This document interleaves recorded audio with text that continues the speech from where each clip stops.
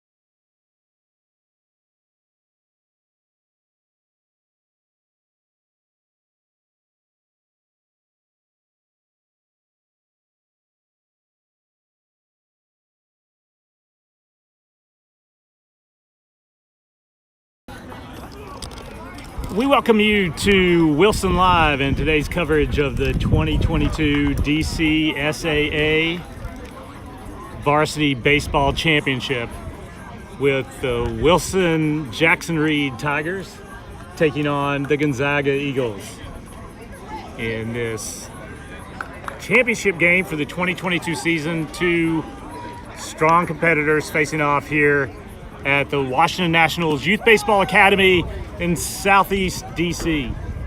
I'm Chuck Alexander. I'm joined Mitch Wander here on a mostly sunny May 25th, 2022. We started off on Sunday a few days ago, postponed because of rain. Now, a few days later, it's game time. This game with what has turned into, Mitch, a rivalry, given regular season games and last year's semifinal game that Wilson won. And we'll talk a little bit more about prior matchups between these two teams as our broadcast continues today. So Wilson played their last game on Thursday, and I believe Gonzaga's game was Friday. A longer break, especially in light of last year when the final two games were compressed onto Sunday because of rain. Right. We're kind of going in the opposite direction where there's a little bit of extra rest before the championship matchup. We'll see how that plays out today too with pitchers who've had plenty of opportunity to rest. So we've got fresh arms and we'll expect to see the aces from both of these DC high school baseball teams today. And we'll have hitters and fielders who are fresh as well after this little bit of layoff. Let's tell you a little bit more about how these two teams got here, their overall win-loss data, etc. The Tigers are 24-9 with a 17-game winning streak. They are the number one seed in this DCSAA championship tournament.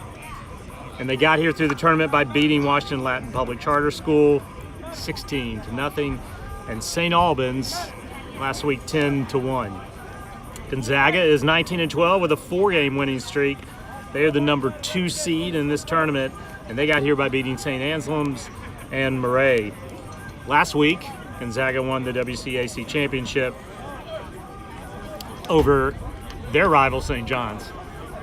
So these two teams are primed and prepped, Mitch, for today's game after a lengthy season. A little up and down for the Tigers, down at first, and now this 17-game winning streak has them feeling pretty good about their chances today. Yeah, for the past several years, the Tigers have prided themselves on taking on some very difficult non-conference opponents. They feel that win or lose, it's going to make them a better team, and they definitely had those types of games throughout the season. The first couple games, they had some close losses, and they were really wondering when they were going to get their footing. Yep. And then later on in the season, they started beating teams that seemed just unbeatable for a public school team from Washington, D.C. And they've really hit their stride at the right point and feel like they've got momentum now. That's right, and they should feel good. Coach Henry Martinez, you'll see now, meeting at home plate with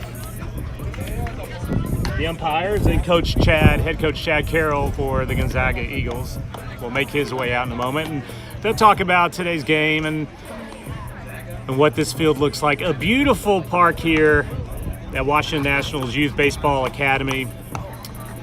We must be into our 4th or 5th year now of these championship games being played here in Southeast DC. About 71 degrees right now. It's the high for the day. It's going to get a little bit cooler, maybe high 60s throughout the game. No rain expected, thankfully. Got a good evening for baseball. In previous years there have been drips and drabs of delays during the game or moving the games, and this game did move, but I think now we're here to get a victor and crown a champion.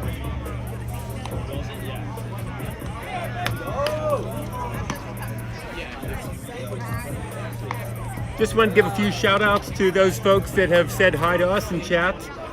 AM said, "Go Wilson Tigers." Julie Slattery said, "Let's go Tigers."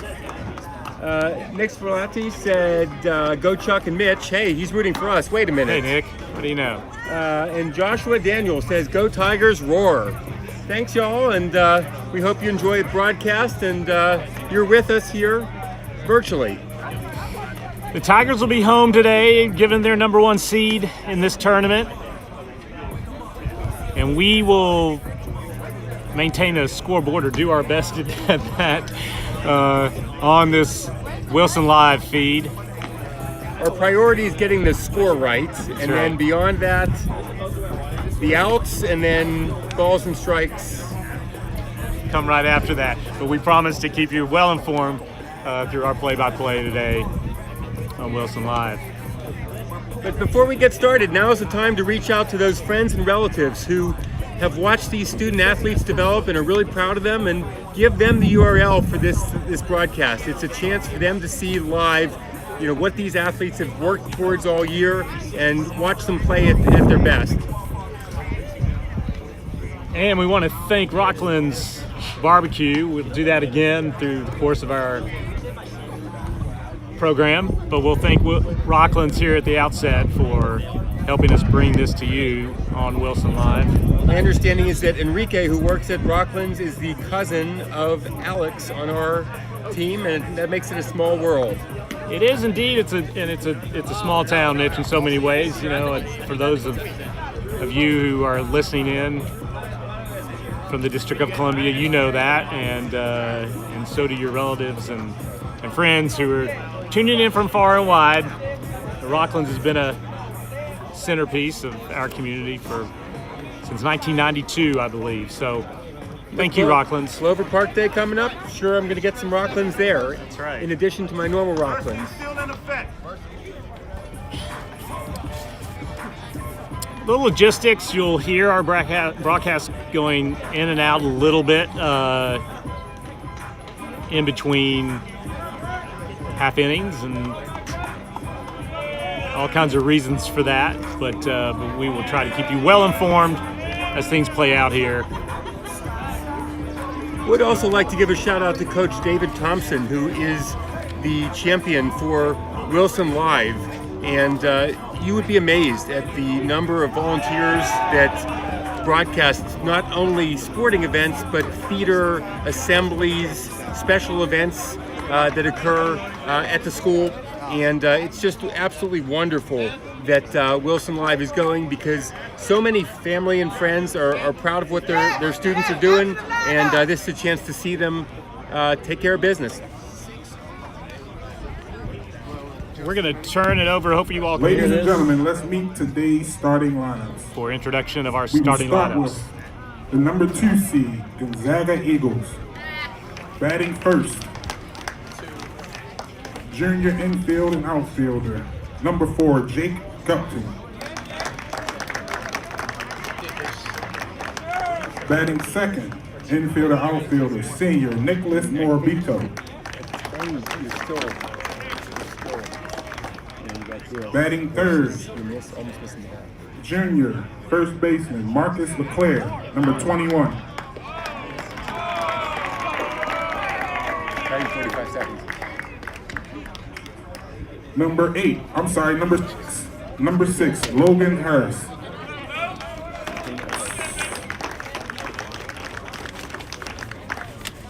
Second baseman, #2, Bryson Moore.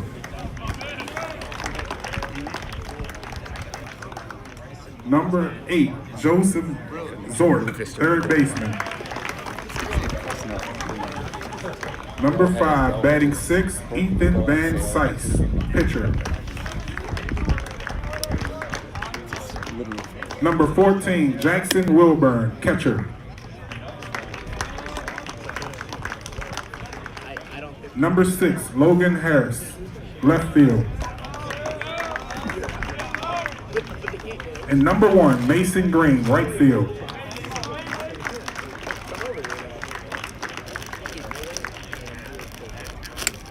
Gonzaga Eagles are coached by Coach Chad Carroll. And now the number 1 seed, Jackson Reed Tigers.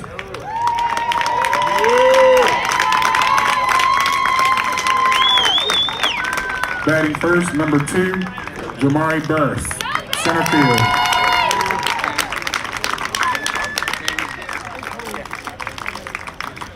Batting second, number 17, Luke Comives, left field.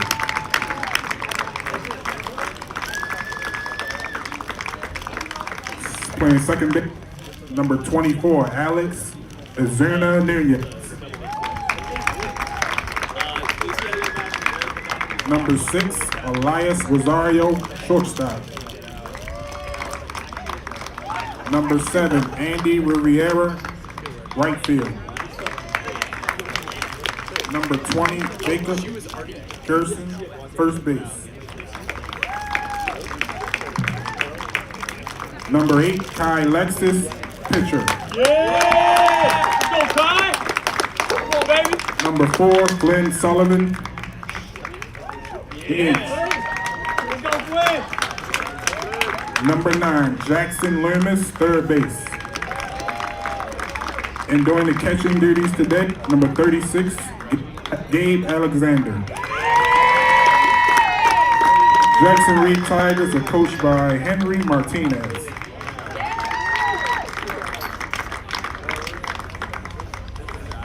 Ladies and gentlemen, would you please rise as we honor America with the playing of the national anthem.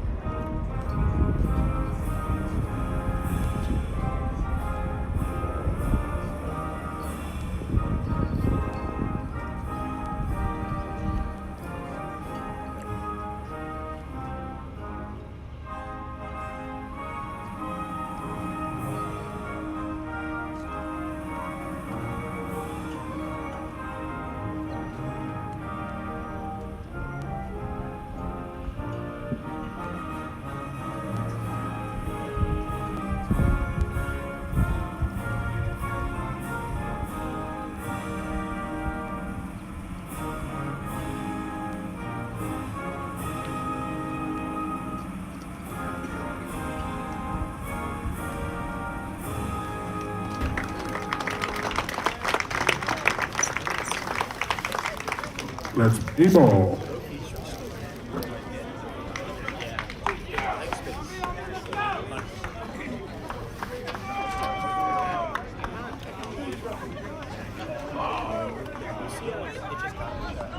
A couple more shout outs on the chat room. We've got Bubbles saying Tigers woo woo, seniors we love you, and Amparo Nunez saying let's go Tigers, Alex Ozuna Nunez. Also Alcock saying fired up, we'll be there soon, enjoying the coverage. And here come the Tigers. Kai Lexus will be our starter today, the Tigers ace on the mound for his second start in a row. He'll be throwing today to Gabe Alexander behind the plate. Jamari Burris, Luke Comives, Jake Gupton, Nicholas Morabito, Marcus LeClaire. We love you, Manny! Gabe Alexander behind the plate. That's Jackson Loomis down at third base. Elias Rosario will be at short. Alex Ozuna Nunez at second base, and Jacob Gerson playing first for the Tigers. In left field, that's Luca Comives, and out in center, Jamari Burris, Andy Rivera in right field.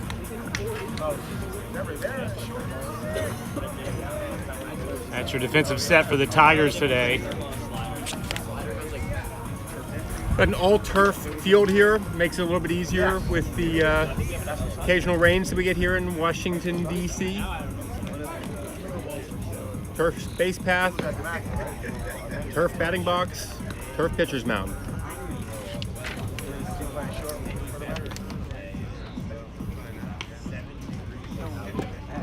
Got a shout out from Jeffrey Saul saying, "Good luck, Tigers." Thank you. So we'll give you a sense of how the field plays here. 369 to dead center, 367 or so to left center. 326 to shortens up quickly out in left field. 326 and down the line on the left. It's about 340, twisting around. We got 345 to right center and 326 down the right field line. And we are ready to roll in this championship game for the 2022 DCSAA Varsity Baseball season. Jackson Reed Tigers taking on the Gonzaga Eagles.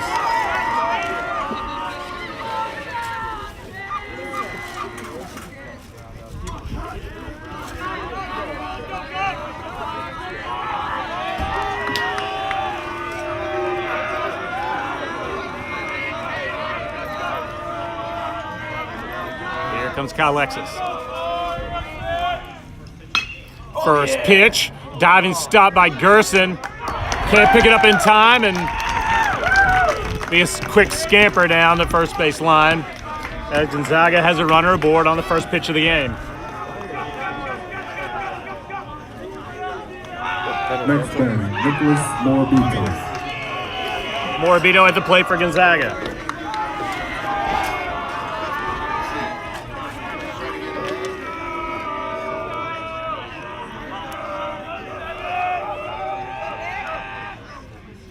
Alexis will go upstairs. That's ball one.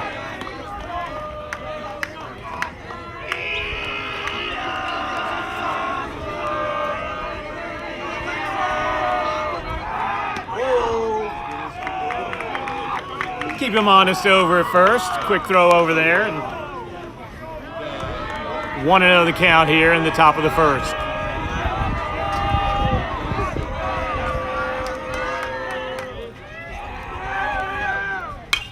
That's fouled straight back. 1-1.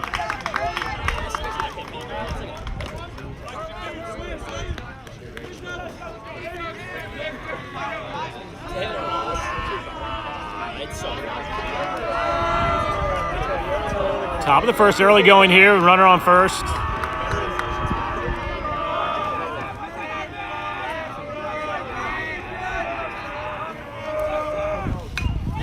Alexis will deal right back at us. That's 1-2.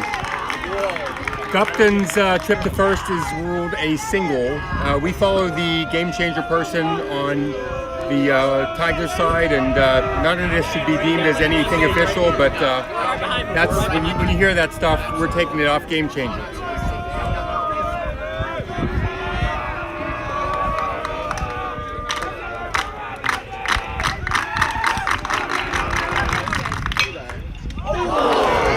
Another shot down first base. Get away from Gerson off his glove, and we'll have runners at second and third for Gonzaga. Play at home. Oh! Gunned it out at home. What a play. Rosario on the throw and Alexander on the pickup. And they'll have it out at home. Aggressive base running early here by the Eagles, but they got him at the plate. Looking for the aggressive first run there, and thrown out by what, 2 steps, maybe 2.5 steps. So Rosario with the heads-up play out there at second. Turned and fired. Alexander got it off the one hop. You know, it looked like just, troubling, kind of ball rolling around all over the place, and Tigers got their heads right on it and took care of business. We've seen good defensive play from the Tigers in this long 17-game winning streak, and it continues here. Gerson's had a couple shots at him, but good stops on his part. Gonzaga has a runner at second in scoring position with 1 away.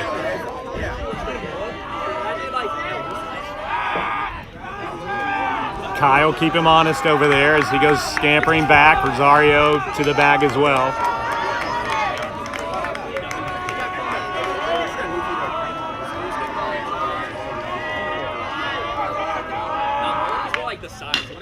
That's right back up the middle. They're going to send Morabito Burris can't pick it up cleanly, and that's all right. I don't think he would have had to play at home anyway, but Gonzaga's on the board early here with a run. Now batting, number 8, Joseph Zork.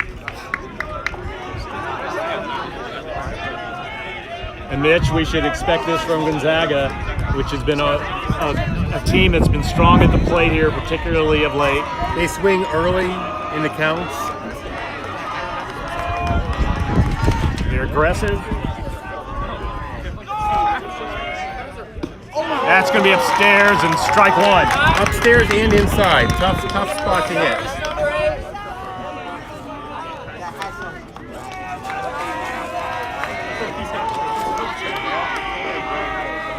Did the score updated?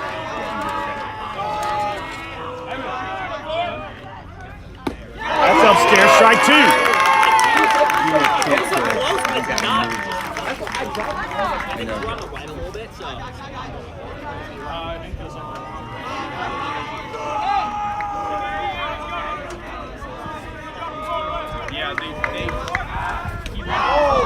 Goes back over and can't get him at first. Real close. Gerson 0-2. laid the tag on him. Leclerc back to first. 1-0 ball game. 1 out. Runner on first.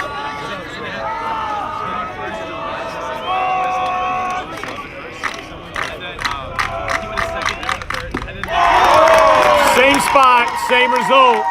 Out number 2. Went with the high Number 2, heat, I think, on that.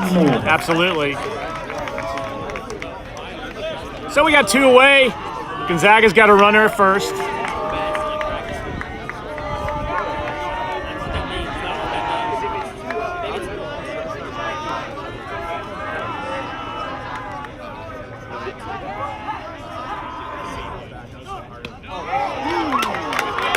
Alexander pulls it back in, but he's not going to get that one, and that's 1-0.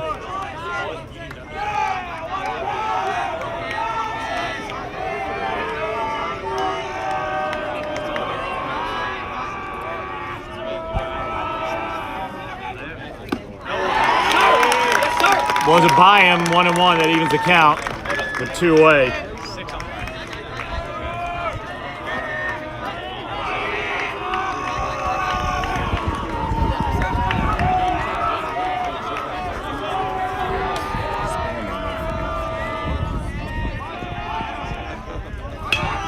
That's going to go to center field. Burris is going to come scampering in, and he can't make the play. It drops in, and that'll advance a runner to third for Gonzaga. So runners at the corners for the Eagles. Now batting, number 5, Ethan Van Drops in there for a hit.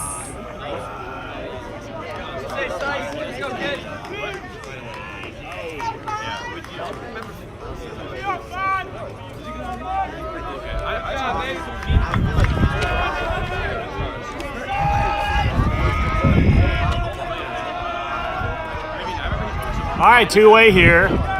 Alexis will look in.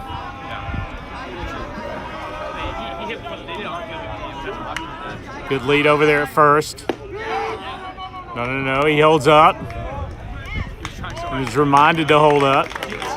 Alexander's got a strong arm and likes to throw it down there, but he won't on that one. And I think they're trusting Kai to go after the batter. Absolutely, with 2 away. That's strike 1, by the way. Strike 2. Drops a curveball in there, which is unexpected, I'm sure, given how many fastballs he's thrown so far. But he's got a good curveball, and he'll use it from time to time. That's strike 2 as he works and deals to get out of this with runners in scoring position. Strike 3. Drops another one in there and freezes. Gonzaga at the plate. They'll leave 2. We'll go to the bottom of the first. Gonzaga is on the board early with a run. Gonzaga Eagles 1. 4 hits, 1 run, and that very key runner thrown out at the plate, trying to stretch an extra base. New up, number 2, Jamari Burris.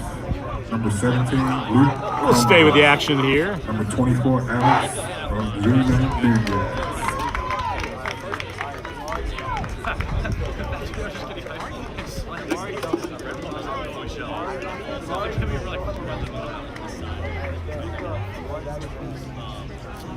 We'll be right back.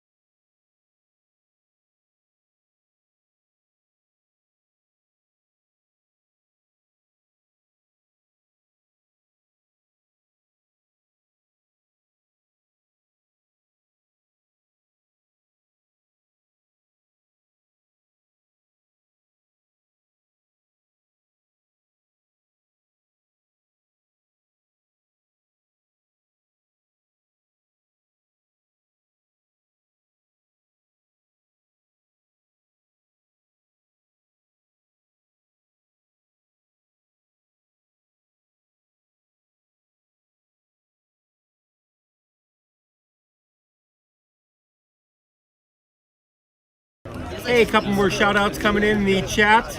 We got Tim Lorden, Let's Go Tigers, love the color commentary. Thank you, Tim. Julie Slattery saying professional commentators, wowza. We got some fans out there, but Senora Emily, I know her, Go Tigers, she says. And Olivia Loomis saying Go Tigers. Also, Jamie Coquette, I may not have gotten your last name right, but let's go Jackson Reed.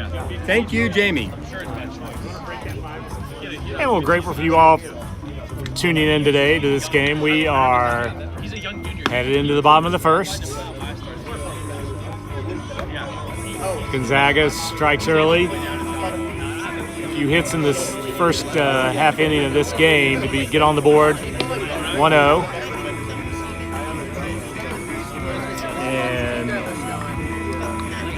The Tigers will have Burris, Comives, Ozuna, Nunez coming up. Jamari Burris. Jamari Burris is a speedster. Now batting, number 2, Jamari Burris. And will be a threat on the base paths with 27 stolen bases and a .964 stolen base on his stolen base percentage. He's also hitting .400 with 7 doubles, 2 triples, and 12 RBIs. This is what you want in your leadoff, and here comes his first opportunity. That's going to be outside for ball 1.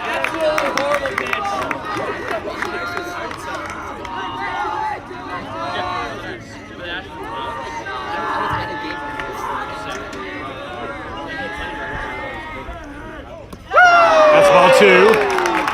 Burris will take it low.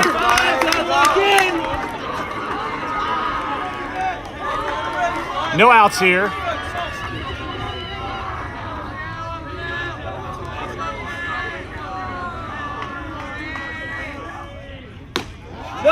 He's going to miss outside for ball 3. That was the closest pitch. The other two were pretty far away. All right, Mitch, we assume Jamari will be taken here. But we'll see. They've been aggressive at the plate. And he's going to be outside for ball 4. Oh, that's not good. Oh, that's not looking good. Now batting, number 17, Luke Comives. Luka Comives at the plate, the lefty, with Burris down to first, and we'll keep an eye on him.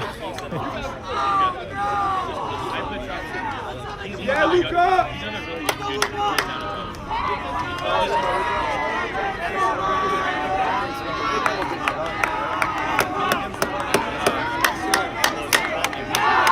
Van Sice will throw over and try to keep Burris honest. All those pitches were outside, and so it may be running in on the left-hander here, Mitch. I think we'll see something a little bit different. Right down the middle of the plate, and Lucas saw it. That'll land over at the Park Police Horse Stables, which I believe is moving down near the Korea War Memorial. They're putting that building now. I saw that the other day. So we won't be sending baseballs towards the horses. Casual toss over to first. 0-1 the count here. Van Sice keeping a close eye on Burris, and they should.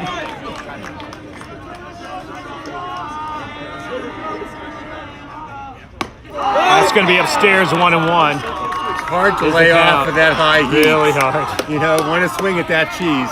Well, particularly when you get a fastball on that first pitch.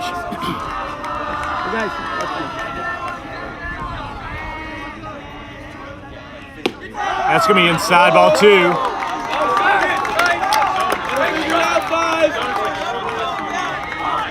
Two-1 the count here. Runner in first, no outs. 1-0 ball game. There goes Burris. They're going to throw down. Burris is going to be safe by a country mile. I think Burris was ready to stand up by the time the throw got there. But he's got baseball in his blood, right? He does indeed. His father, Emmanuel Burris, a Wilson grad and a major leaguer. Timeout called. Counts even at 2-2. He works hard and certainly didn't take for granted to come from a major league family. Absolutely not. Big lead, Burris.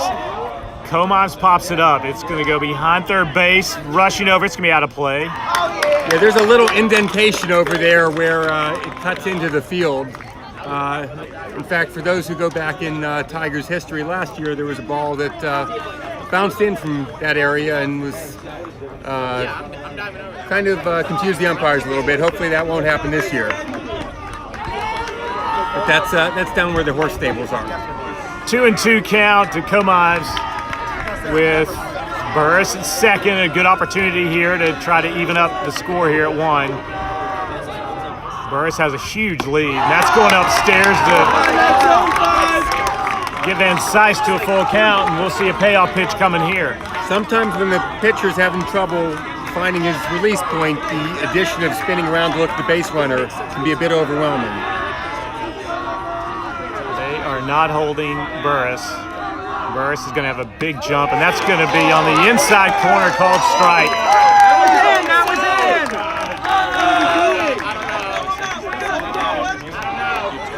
Now batting, number 24, Alex Azuna Nunez.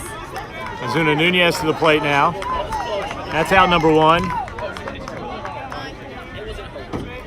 I think Comas will feel like he should be down at first base right now, but that's a called strike for out number 1. Azuna Nunez steps in and positions himself to bunt here. There goes Burris. They're gonna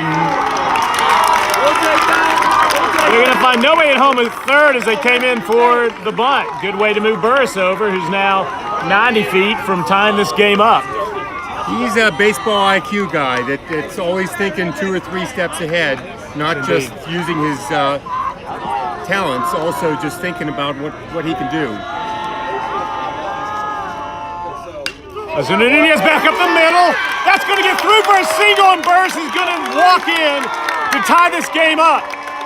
Alex Azuna Nunez has his first RBI of the day, and the Tigers have tied it up at 1. Just a little bloop through to center field. I think one of the infielders may have touched it on the way out, but that was going to the outfield.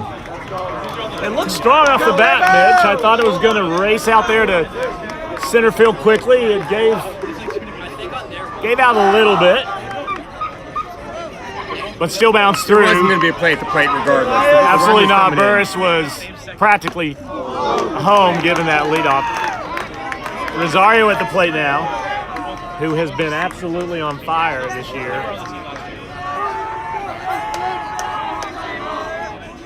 We got one away. 0-1 to count. That's going to be upstairs. Van Sice brings some heat, but he'll miss high. I don't know if he's missing high or if he's just used to being able to draw the swings. They are tempting pitches.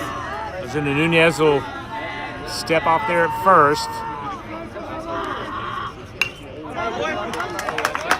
Rosario foul it straight back and take the count to 1-2.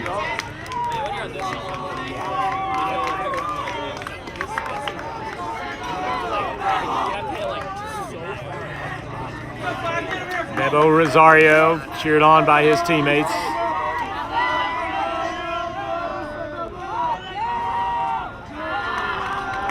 And Saiz will step off, and Azuna Nunez will step back to first to Got relax. a shout out from Ed Harshaw, Kai's grandfather, watching from Pennsylvania. Go Tigers! And that's going to hit Rosario. There was no break on that. Stayed up, and we'll now give Andy Rivera an opportunity with the Tiger in scoring position and Rosario down at first. That's Azuna Nunez at second. Now, number 7, Andy Rivera. And we've got one away here. Only 7 strikes thrown so far. He's running below 50% right now against Saiz. That's coming straight back for strike one. And we're seeing what we've seen, particularly in these last few games, Mitch, with the Tigers really aggressive at the plate. Going to swing away that one. Van Saiz has an upstairs fastball that's going to be hard to lay off today. 0-2 quickly on Rivera with one away.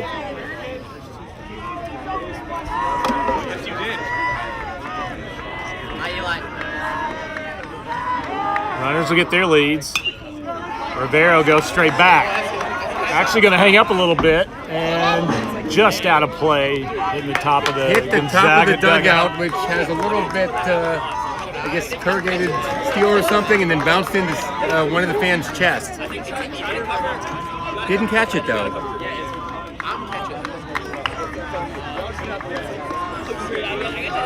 Tough pop up to handle here at the stands.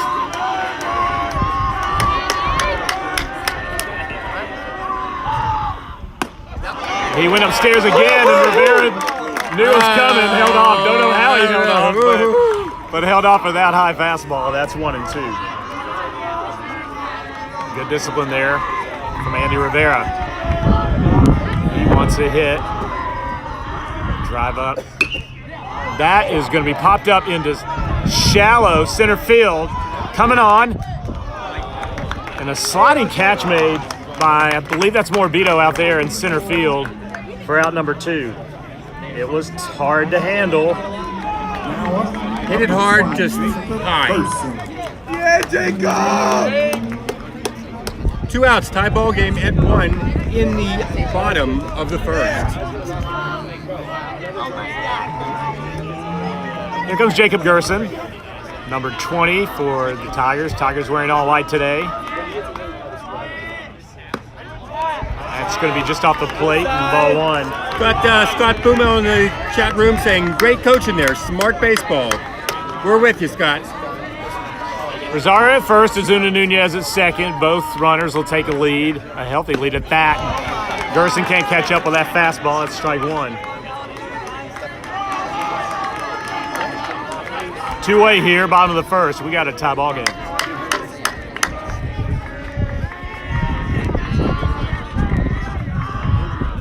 That's going upstairs. He won't bite on it, and that's 2-1.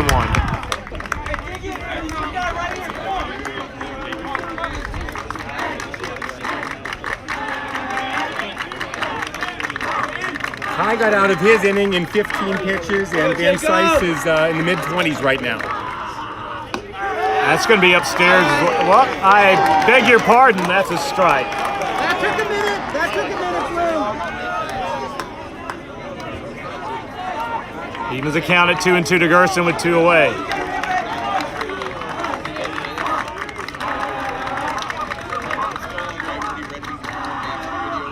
And that's going to be in there for strike 3. Some heat from Van Saiz, and Tigers will strand 2. We've got a tie score here. Eagles 1. It's a Reed Tigers 1. Eagles 1, Tigers 1 as we hit, go. No errors and a pair left on base tie ball game. Exactly. And we'll take a break as we go to the top of the first.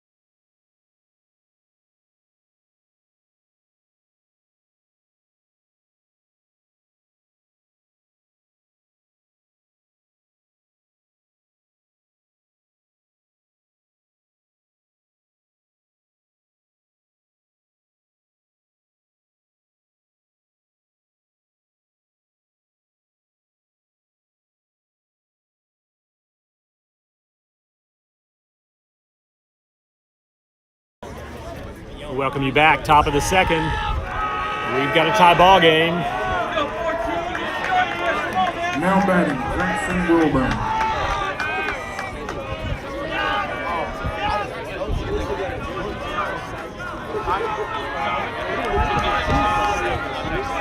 Kai Lexus on the mound for the Tigers. Pour it in there for strike one.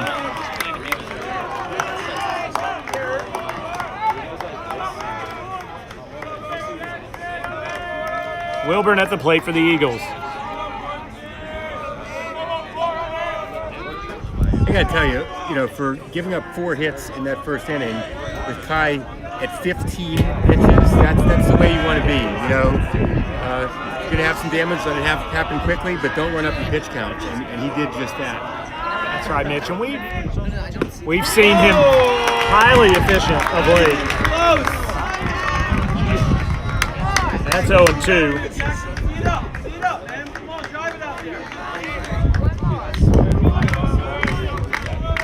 Ben Seiss went for 26 pitches. That's a check swing. It'll go down the line. Foul. 0-2 is the count. Wilburn bats 7th in the lineup here. Will be followed by Harrison Green.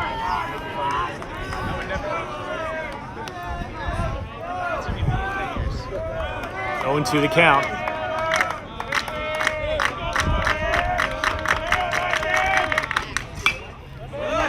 Wilburn. Watch out, horses. Back.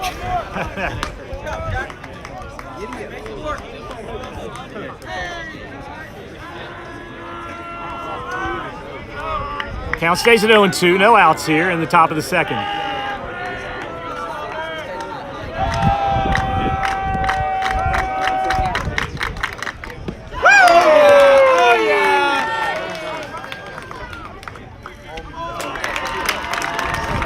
Drops a curveball on it for strike 3, and Alexander will pick it up and throw down to first for out number 1. You got to go with something different after foul ball, foul ball, foul ball.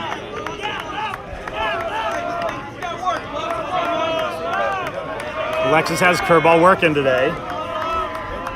Fastball 2 for that matter. 1 away. He'll go upstairs. Ball 1.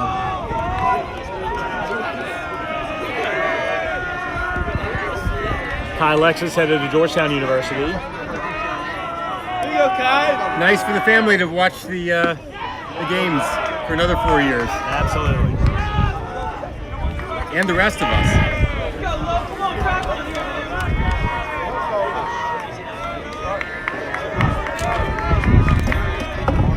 Two another count.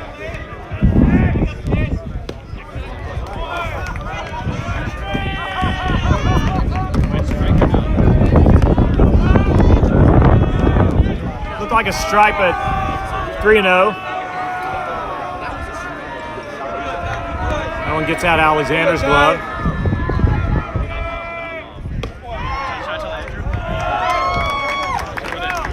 And Lexus won't get that one either, and that'll put a man on first. Number 1, Mason Green. 1 away. Eagles have a runner aboard.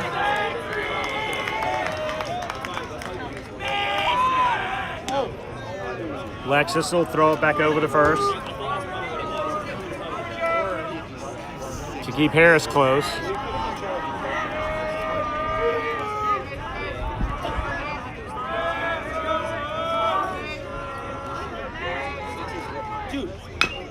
That's a chopper. Loomis is going to come up on it. Going to go right to first base to Gerson for out number 2, and Harris will advance to second base. That walk was a rarity for Lexus. 31 innings pitched this season, only 11 bases on balls and 2 hit by pitch, in contrast with 33 strikeouts, more than 1 strikeout per inning on average.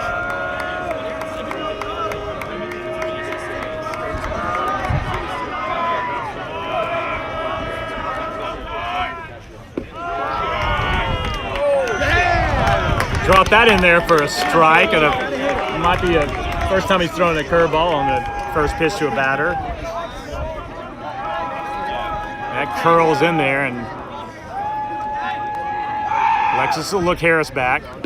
Oh yeah, good pitch. 2 outs, runner on second. Top second.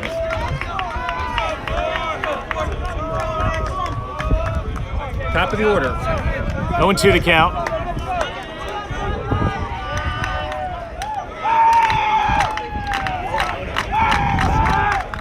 Kyle looked back and fired back, and it made it close. Some delayed throw back there to second pitch, and Harris was fooled for a step, but made it back, and Harris is stepping out there again with a pretty healthy lead. Alexis will go home with it. Won't get that one.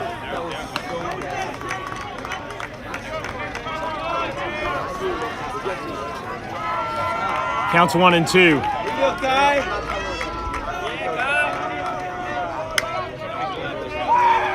2 outs here. We'll see if they send Harris. You would think not. Strike 3, corner. And Kyle Alexis is mixing them up today and keeping these batters guessing. That's out number 3. No runs, no hits, no errors. 1 runner left on base. Still a tied 1-1 ball game. Middle of the second.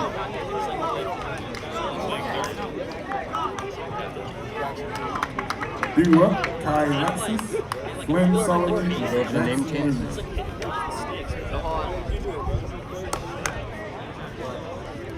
And we'll take 10 seconds.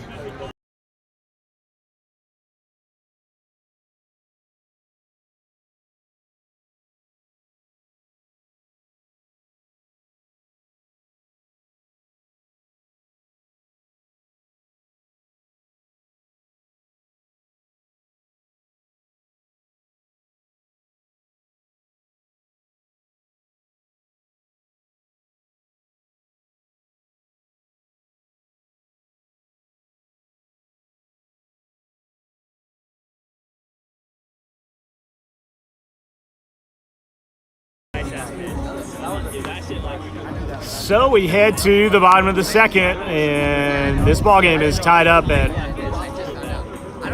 1-1. Senior Kai Alexis will be up first for the Tigers, looking to help himself out here. We want to take a minute to recognize our Tiger seniors: Kai Alexis, Paloma Banache, Andy Rivera, Elias Rosario, and Ben Waldner. Seniors on this Tigers team, and they've seen a lot over the years, and a tip of the cap to each of them for what they've contributed to this program and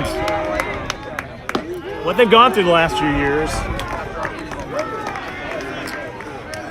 given COVID and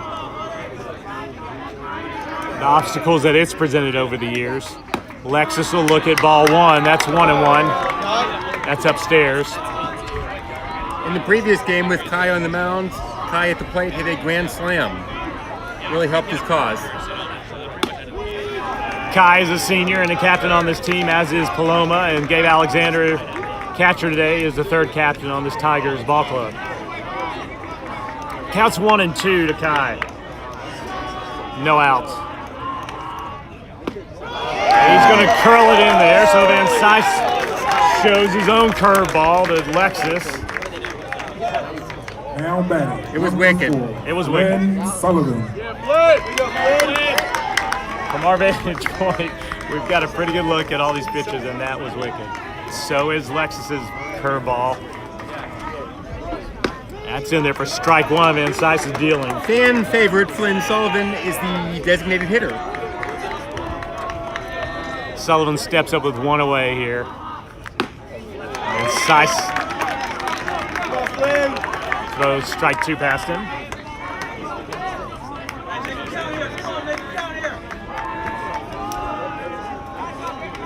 Sullivan the DH today. That's going to be upstairs and outside just a bit.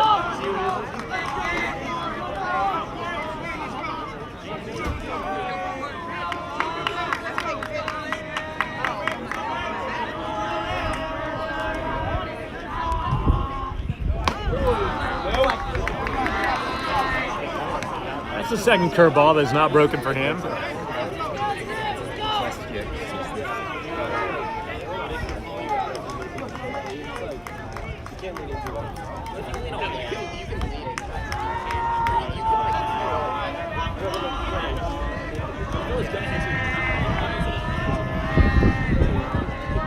Two and two the count. He's going to put that on the outside corner and strike three. 2 strikeouts looking.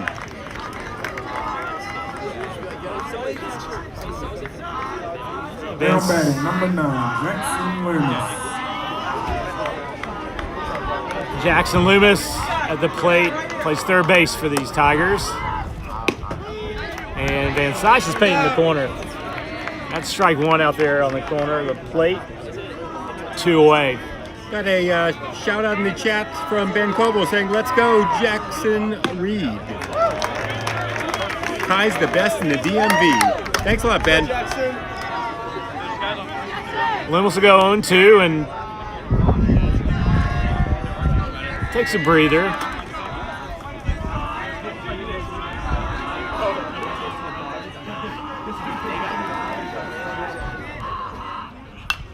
That's going to go straight back and out of here.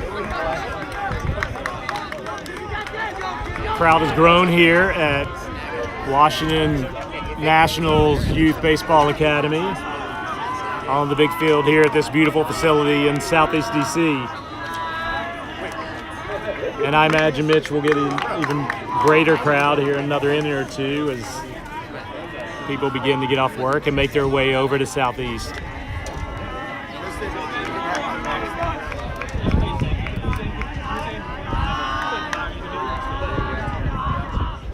That's upstairs. So Loomis will see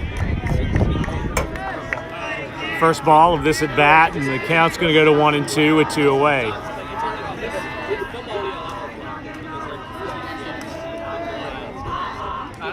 That's going to be outside. Even the count at 2-2.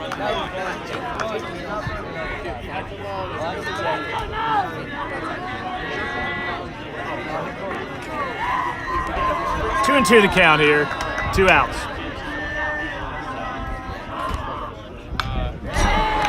And this is typical for Jackson Loomis, who is a tough out at the plate. Has been that way all year and will hang in there. Not a lot getting past him. He fouls that one back.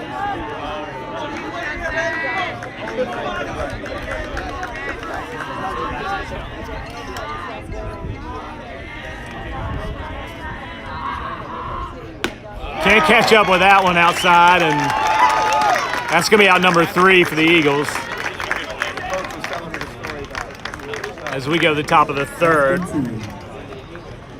Tigers 1, Eagles 1.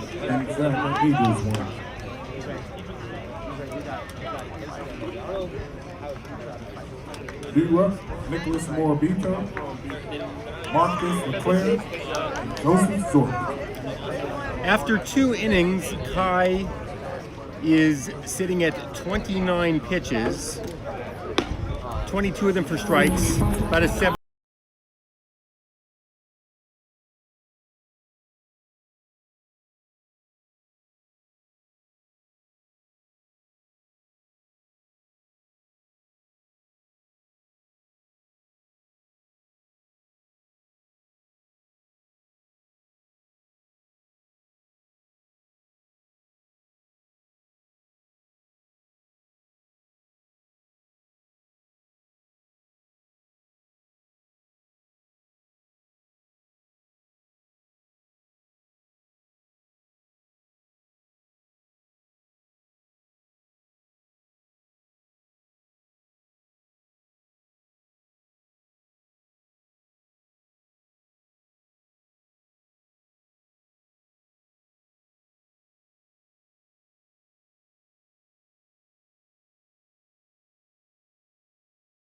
Alexander will throw it down to second, and the Tiger infield will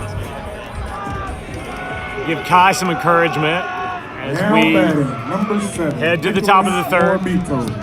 Morabito up. Here you go, Kai. for Gonzaga. 2, 3, and 4 hitters.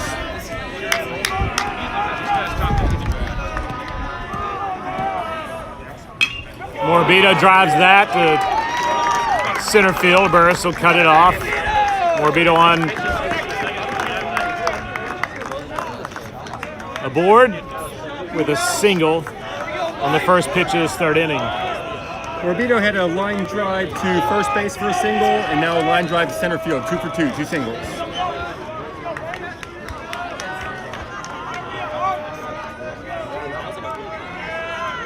Morbido will step out with a fairly healthy lead at first.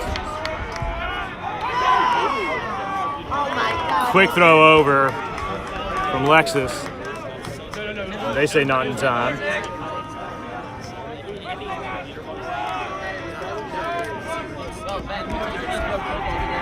No outs here in the third. There he goes.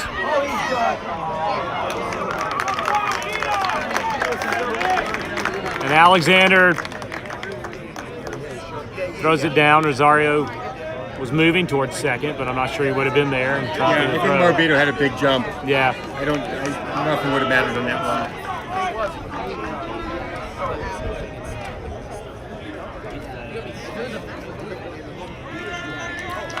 So Gonzaga will be in scoring position down at second base. Morbido will take another healthy lead.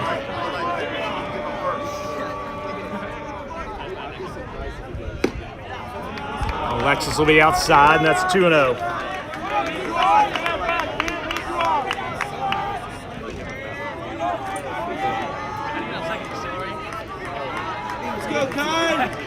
You just get the feeling Morbido may be running here. And not in that case. He'll scamper back as Lexus trying to keep him honest.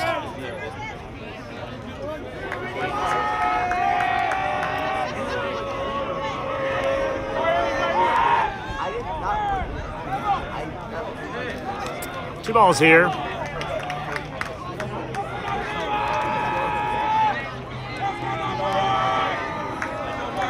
Kind of led Rosario in the throw to second. Really timely throw there. A clear Makes at the base plate runners think. for the Eagles. There he goes. There he doesn't go. That's going to be hit to Komov, so he's going to range over and catch it and throw it back in quickly. Komov's was heading straight back to the foul pole, kind of in that direction, diagonal and back. And if he hadn't gotten a beat on that right away, that was over his head. Great play. Zork hit the play, and that's one away. Morbido was well on his way. It jumped out to a sprinting start to third. Still has a big lead out there at second. Alexis will look back at him and look in with one away. Strike one. There you go, Kai.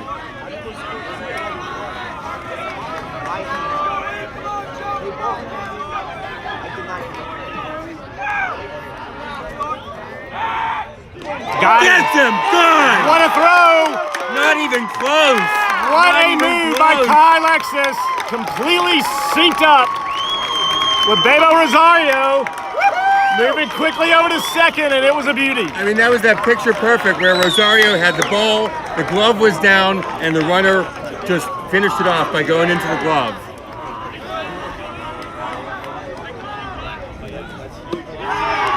Strike two in there. Yeah, I mean, absolutely, Lexus and Rosario in sync. Just a beautiful play. I mean, you go from leadoff runner getting on to 2 outs, nobody on. They've had a couple of defensive plays here. That throw to home on the aggressive base running by Gonzaga in the first inning collected an out they needed badly then, and then to go from 1 out to 2 outs now in the top of the third, and to get that runner, Morbido, who was threatening to go to third anyway. Just a important play there. Catch up on scoreboard here. It's 1 ball, 2 strikes with 2 outs here in the third inning. The game is tied at 1. And that's going to be another strike 3 Lexus will get himself out of a little bit of a spot, a minor spot. Lexus has Zork's number so far. He's got him swinging twice. No runs, 1 hit, no errors, and because the runner was picked off, nobody left on base. Top of the lineup coming up for the Tigers, Burris, Comives, and Ozuna Nunez. Gonna go to flashback to the 2021 season. There were 2 matchups there. We'll give you the regular season one first. May 15th, 2021. Gonzaga wins 3-2. Sammy Allswung went 5 2/3 inning. Jeff Coakley going to 1/3 of an inning. Tigers were held to 1 hit, a single by Jeff Coakley with an RBI, though Jack Wallace also knocked in a run on a sacrifice. Again, May 15th, 2021, regular season last year, Gonzaga wins 3-2. And we're going to take a few seconds off here. Be right back.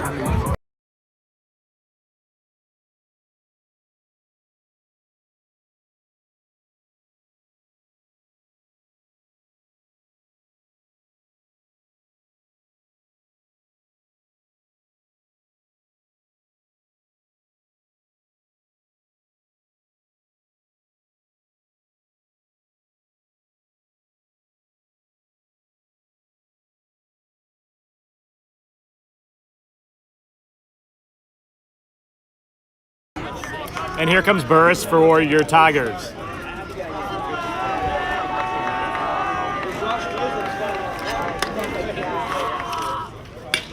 That's going to be hit hard to center field. It's going to hang up there and go back to just shy of the warning track, but well hit by Burris. Big contrast. His first at bat, he took a walk, and this one he swung at the first one, sent it deep, probably 340 feet, give or take. I think so.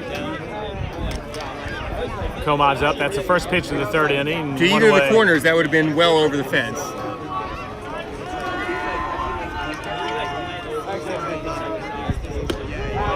In there for a strike. You do get the feeling you're going to need to swing the bat against Van Cise. A lot of action in the first inning for both teams, and pitchers seem to have exerted control since then. Comives rips it down the right field line, but that'll be out of play. Inside pitch, and he took it where he needed to take it, but Have to do it the way he's throwing the baseball.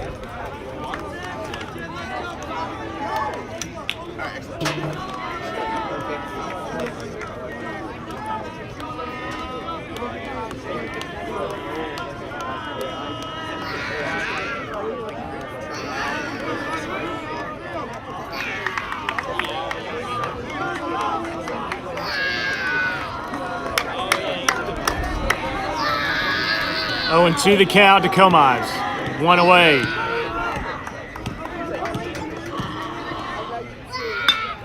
Comives will drive that down the left field line, and that's going to be out of play. Almost the distance of the warning track out of play. Not a bad place to be. Nope, hit it hard.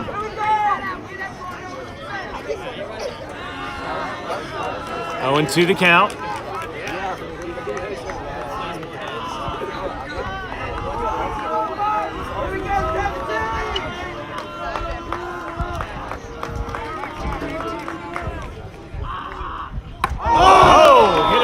And that's going to shake Comives up a little bit. That's the second guy he's hitting the head. And they're going to take a look at Luca.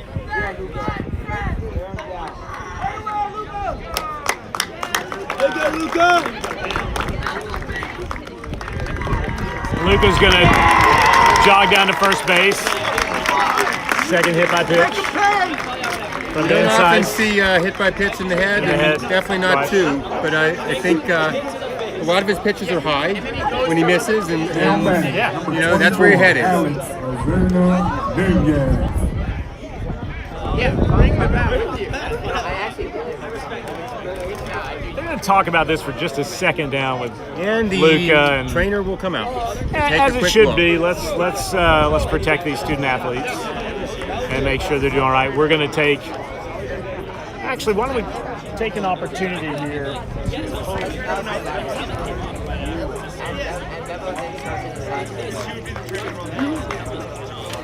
to tell you a little bit more at home about the Jackson Reed Tigers. You'll see Wilson on their uniforms.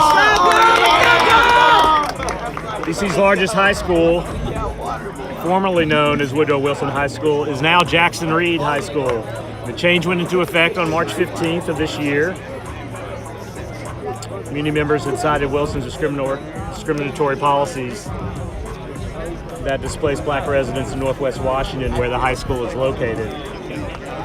In early December, the DC Council settled on Jackson Reed, which recognizes two influential figures in the school's history: Edna B. Jackson, the school's first black teacher, and Vincent E. Reed, the school's first black principal.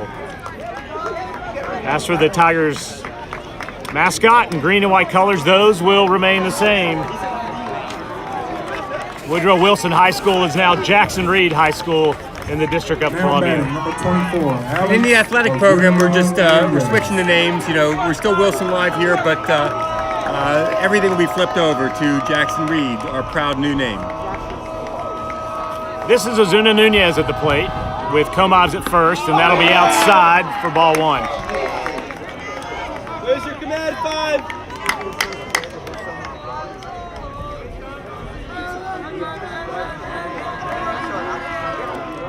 One away here. He holds off. That's upstairs for ball two. One out, runner on first. He appealed that and wins the appeal, looks like, for strike one. So we go to 1-1.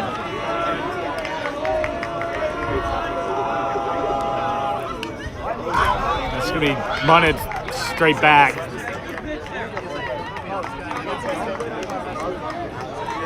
And for Liam Saxon, the question was, can we pan the stands between innings? Hey, Liam, it took us about 35 minutes to get the camera at this precise angle for the game, and sorry to say we are not skilled enough to pan the stands and then get it back this way. Runner goes. And Comovs is going to be safe at second. That would have been a tough call for the umpire. It was close. Really close. Couldn't handle it. I mean, my guess is he probably had his hand in behind anyway, but when you drop the ball, it doesn't matter. That's going to put the count at 2-2 with one away here. Comovs on the move after getting hit in the head by a pitch and was down at first. He's got some speed, so I'm not surprised they sent him. That's inside. He was Running full. trying to get the called strike on the low and inside corner, but missed it both directions. And Sice has been moving the ball around, and I would expect him to go high heat here.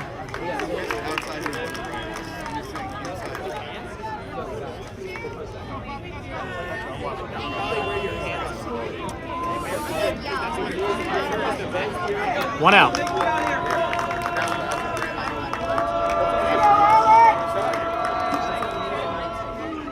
Ozuna Nunez hits that high to left field. Eagles left fielder will take about 4 or 5 steps over and gather it in for out number 2 here in the third. Bebo Rosario number 6, at the plate. Elias Rosario.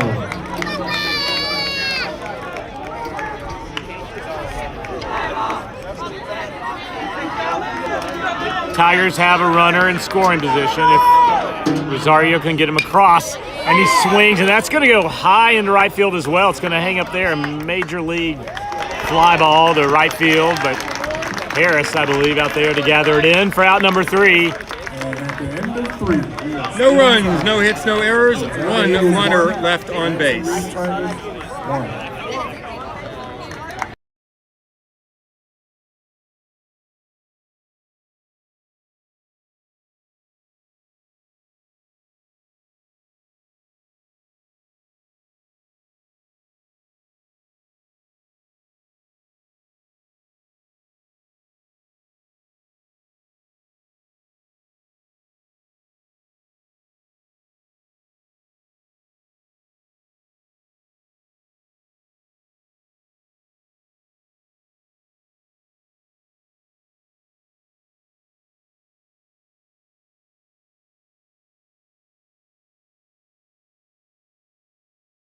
We were talking earlier about the players that consume a lot of pitches, take a lot of pitches, and of the players on the Tigers with more than 25 plate appearances, Kai Lexus sits at 4.3 pitches seen per at bat. Then you've got Ben Waldner at 4 even pitches per at bat. Gabe Alexander at 3.9, Jamari Burris at 3.9, and Alex Ozuna Nunez at 3.8.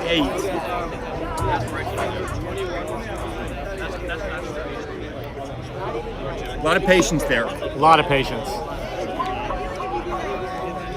Alexander will give Loomis something to look at as he throws down to second. Moore, Van Cise, and Wilburn up for the Eagles as we go to the top of the fourth. Number 2, Bryson Moore. Lexus sitting at 37 pitches, Van Cise at 54 after 3 innings.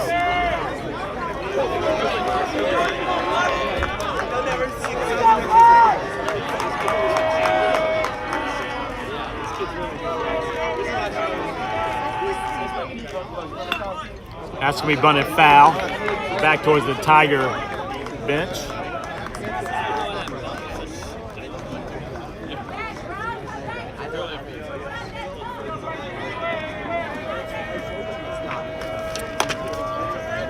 On 1 to count to Moore. 5, 6, and 7 in the order right now. Moore had a little bloop to center field for a single in the first. Did not score after that. Moore's been a tough at bat. It was a tough at bat in their last meeting here. Kai's not going to get that one, even to count at 1-1.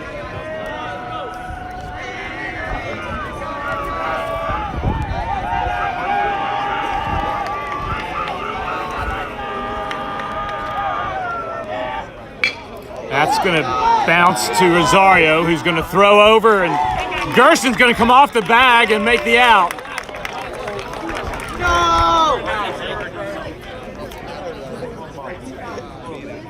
And Gerson got banged up on the plate. I'm not sure exactly what happened.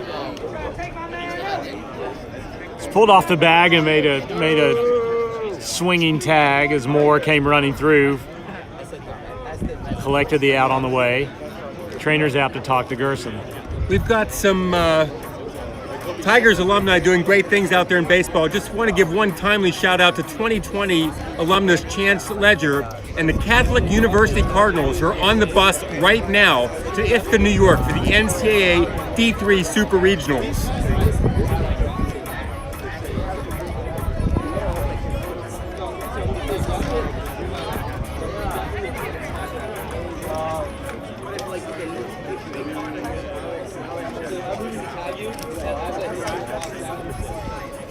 Looks like he got spun around a little bit on the tag. Yeah, he spun around. He got pulled off, and it was not surprisingly, given the way Gerson has played that position this year. He made a heck of a defensive play to catch it, spin, tag Moore, and took a shot in the process. And he's okay. They're going to leave him out there. Just wanted to give a quick update to Matt in the chat room. The Tigers won in the first was Burris walked, stole base, and then Ozuna Nunez had a bloop single to center field RBI, brought him in. This is Van Cise at the plate with one away here. The Eagles pitcher today, trying to help himself out. And it's going to be just outside.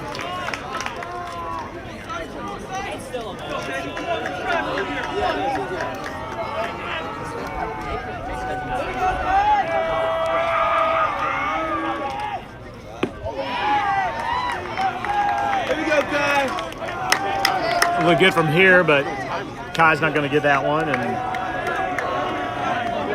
go 2-0 to Van Cise with one away.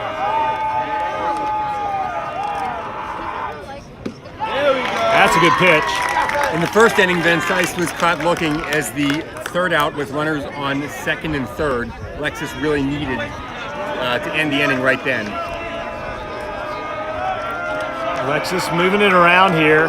Might have taken just a bit off that last pitch.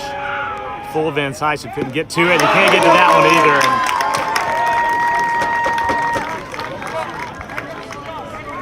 either. So what happens when Kai gets rolling? Great control of late, really his entire career. But these last few starts have been shining. And he's going to throw that in there and not get it. And Rump will wave him off.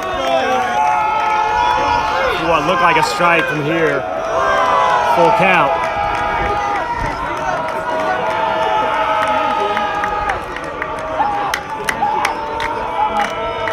1 away here, full count. Payoff pitch coming.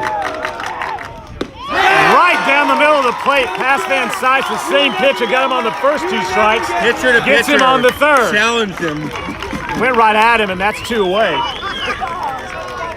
After a long at bat, Alexis said, "Okay, game on." 2 down.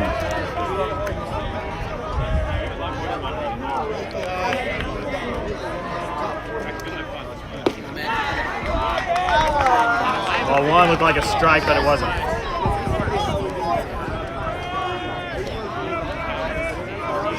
Wilburn, the catcher, at the plate.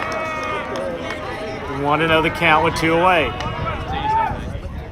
That's going to be in there for a strike. Oh, yeah!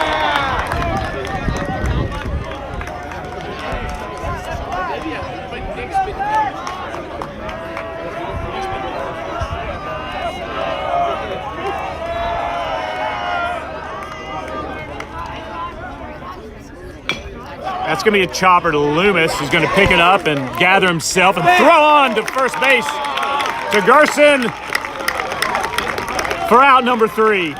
Really high bounce and ate up quite a bit of time. Loomis had to throw hard, and he did.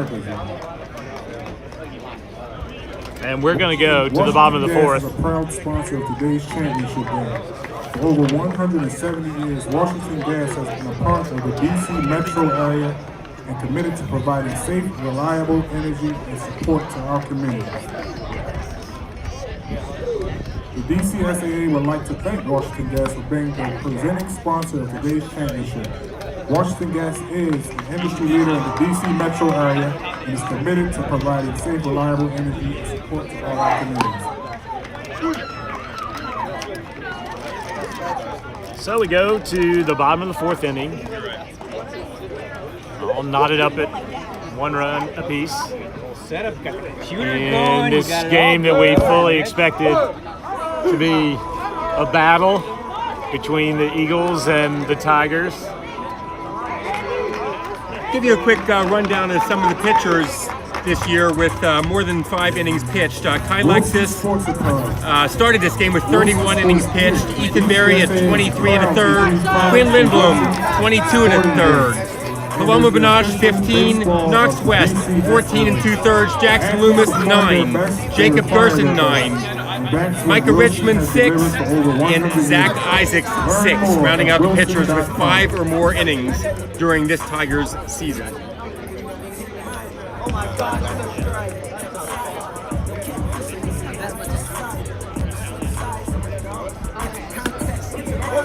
Wilbur to throw down, and we'll get set for...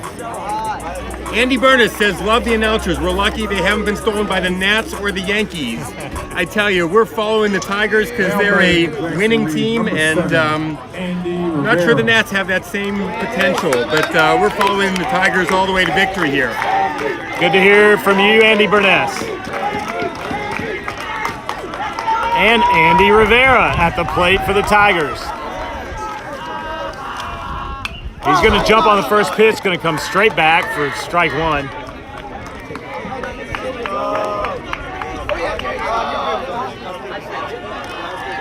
Rivera, Gerson, Lexus coming up for the Tigers.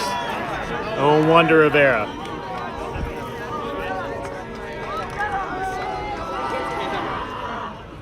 That's going to be upstairs. 1-1.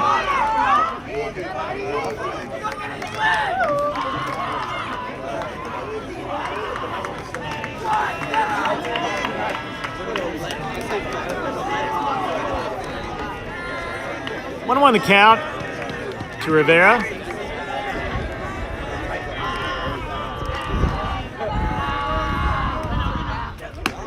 That's away. No. Rivera's hitting .435 on the season with a 1.297 ops. 8 walks, 7 strikeouts. Has hit a home run, has 1 dinger. 4 triples.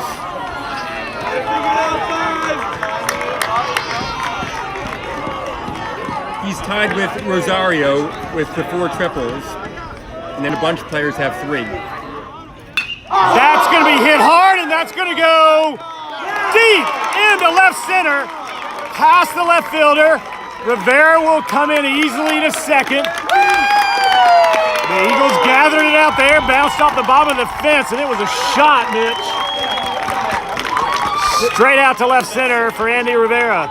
The middle of this lineup has been tremendous for the Tigers. You know, I got really up and down the line. I got cut off by that hit there. It was about to go down the doubles. Rivera's also leading with 9 doubles, tied with Rosario and Ozuna Nunez. But now, lo and behold, Rivera has 10, putting him in the lead by himself for the Tigers. That is a signature Andy Rivera hit right there. He likes to drive it right back there. Gerson's going to give it a shot. And that'll be fouled back off the bunt attempt. And the Tigers will do this, try to get some small ball going to get runners in scoring position, and it has helped them all year long as they've collected high run totals. Let's see what Gerson does here. An 0-1 count. He's going to try it again. There goes Rivera, who is going to be safe at third. Not a bad throw down there by Wilburn. Dropped ball.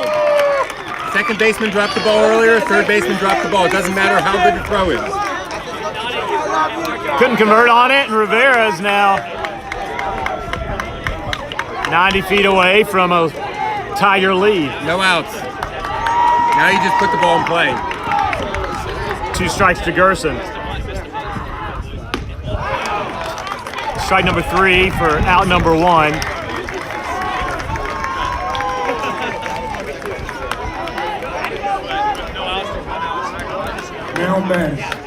So we're knotted up at 1 here with 1 away here in the bottom of the 4th.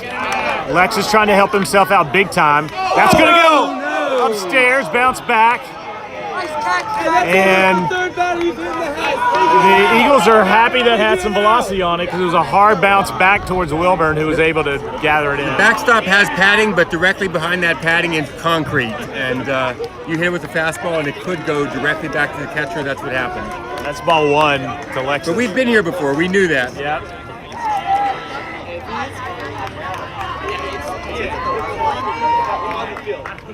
That's upstairs. But he's still going to get the call. That's 1-1. 1-1 now. Coach Ron saying, "Let's go Tigers" in the chat, and Olivia Loomis saying, "Yay Jackson." Alexis can't catch up with that upstairs as well, and that's 1-2. Here we go, Kai. Battle here. Let's go. And Sice ahead here, 1-2 with 1 away. And he went upstairs again, and that's out number 2. Now we need a hit to bring the runner home. So let's see what Sullivan can do here. Flynn Sullivan in the 8th spot for the Tigers. That's going to be upstairs. Van Sice will try to stay up there. Yeah, Van Sice loves that top, and when he gets it just at the top of the strike zone, batters are really having trouble Not a bad handling it. pitch. There's a reason he's throwing it, right?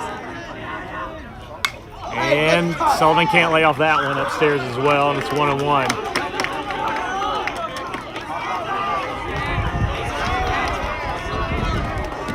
Rivera started things off with a line drive double. Sullivan going to go upstairs as well, 1-2.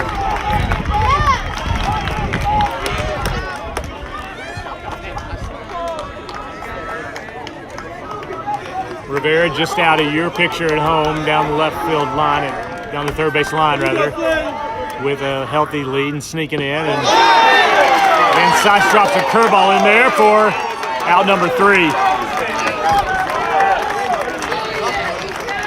Got the leadoff runner on all the way around to third, but 3 straight strikeouts and strands him. 1 hit, no runs, no errors, and 1 runner left on base. Tigers will strand 1, and we're going to go to the top of the 5th inning. We play 7 in regulation for this 2022 DCSAA Varsity Baseball Championship. Dan Seiss has struck out 3 batters in the 2nd and 4th innings. That brings him to 8 strikeouts right now. Lexus struck out 6 so far. We got a 1-1 ball game. Not what we expected, right, Mitch? We've got From that first the inning, 1-2 seed. Great pitching. We got both Number 6, Logan Harris. both teams throwing the ball well. Jake Duck.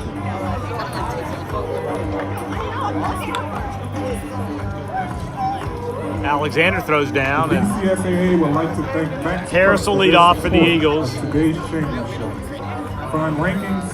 so the home bullpen's out in left field, just beyond the fence. Kind of a major league feel, and got a couple pitchers and catchers for the Tigers who sit out there on and off. Can't quite see the visitor bullpen that's along the right field line. I believe we'll see Harris, Green, and Upton, unless we get any changes here and start out for the Eagles. That's going to go straight back. Harris comes out hacking, and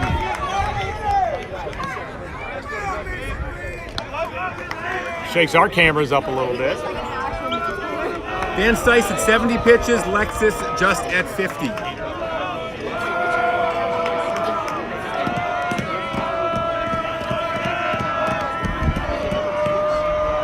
0-1 the count.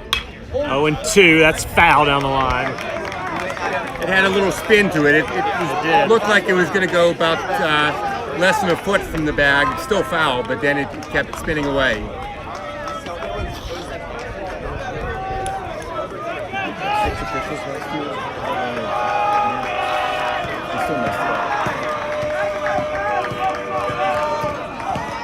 Oh, 0-2 the count here.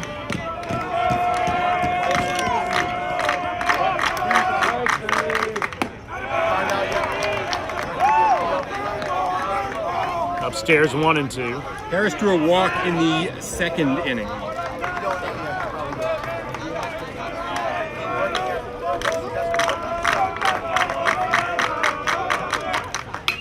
That's fouled out of play.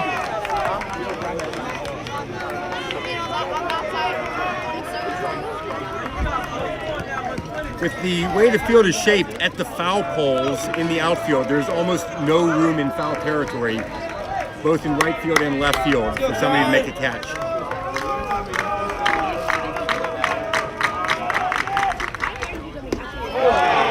Harris won't bite, and that's going to drive it even at 2-2.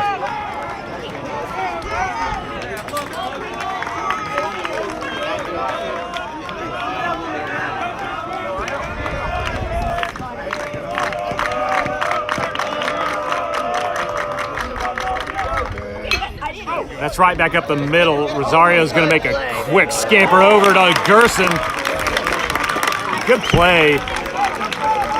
Bebo was on the move. Right fielder, number 1, Mason Green. And I didn't notice, but I wonder if they were shifted over just a little bit. Rosario made a quick job of it. Round number 1. 9 batter, then top of the order.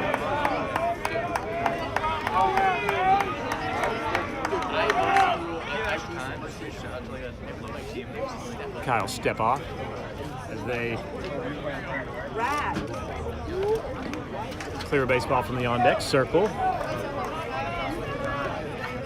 We went from partly sunny, I think now we're partly cloudy. Yeah. Temps are great here in Nats Academy. Good day for baseball.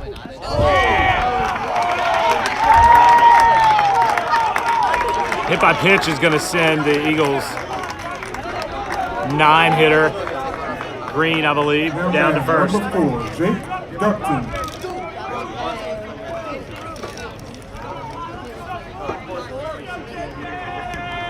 Yep, that's Green down at first with one away. Gupton at the plate.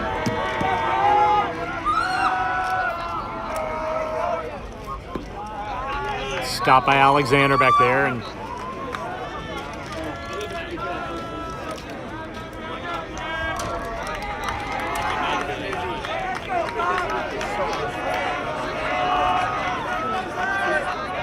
one away here. 1-0 is the count.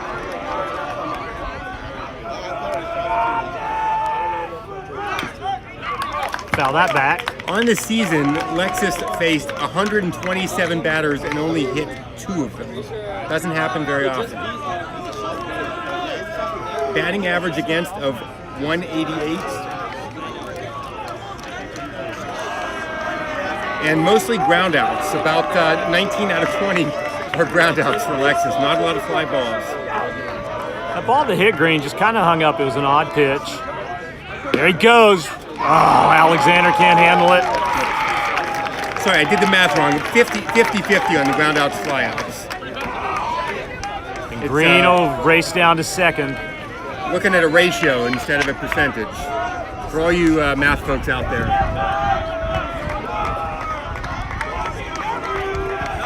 2-1 the count.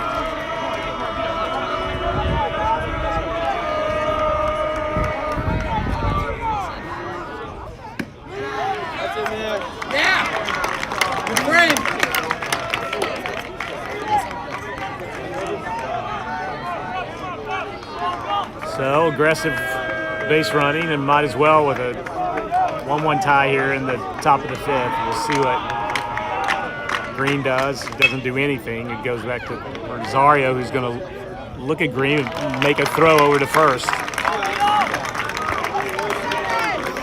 2 ground outs to shortstop. However, the runner is now on third with 2 outs. And Morbido makes contact. We'll see what Kai gives him this time around. Now batting, number 7, Nicholas Morbido. 2 singles so far.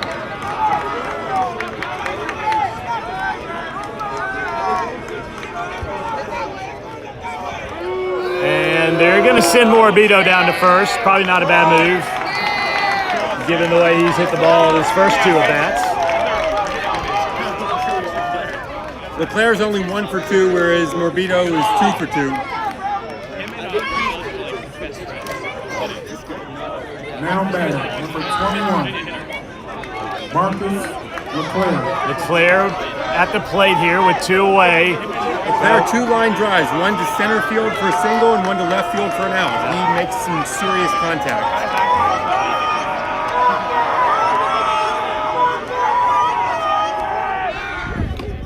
Ah!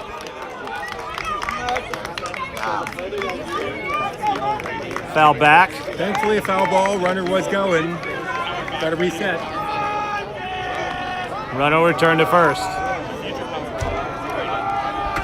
And you are going to hear catcher's dad behind the mic here. Apologies for some extra That was a grunt. moans and grunts that you'll hear from me. Try to keep that in check. And as Lexus looks in with a 0-1 count to Leclerc. Looks at third, looks back at first.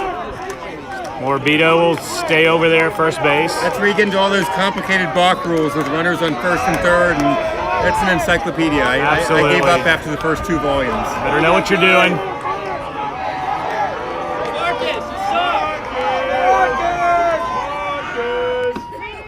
Oh my God, Marcus! To force Morbido to head down to second and slide in, and so now runners at second and third. 2 strikes, 2 outs, no balls. Let's see what Lexus can do now. Curve or And what fastball? LeClaire can do, I think we'll probably see a fastball. He shook off Alexander. I'm guessing inside low fastball. Strike three! Out number three! How about low middle fastball? Alexis picks a great spot. And the Eagles are going to strand two. No hits, no errors. 2 stranded. And we are going to the bottom of the fifth. 1-1 is your score. In 5 innings, Gonzaga has stranded. 5 of the Gonzaga runners have been stranded, and in 4 innings, 4 of the Tiger runners have been stranded.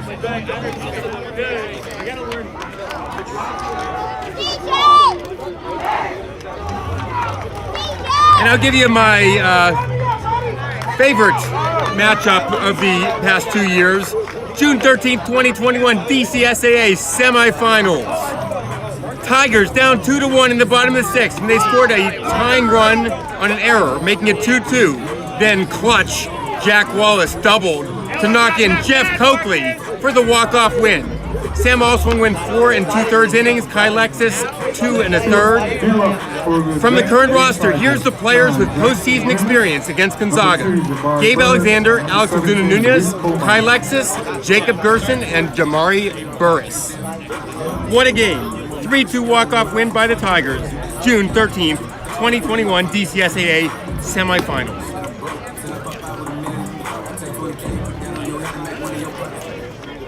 And here in the championship game in 2022, we're all knotted up at 1. Jackson Loomis will step up for the Tigers here at the bottom of the 5th. Last batter and then top of the order. Now batting, number 9, Jackson Loomis. Loomis is the quintessential 9-spot batter these days. You want somebody like Loomis there who tends to get on base, can hit hard.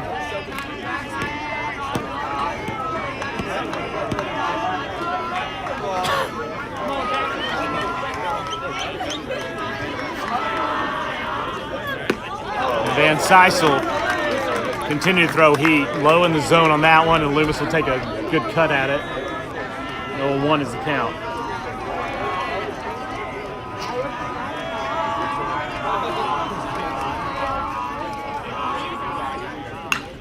Loomis hits it hard to center field. They'll chase after it and make the catch on the run. That's Morabito out there at the warning track.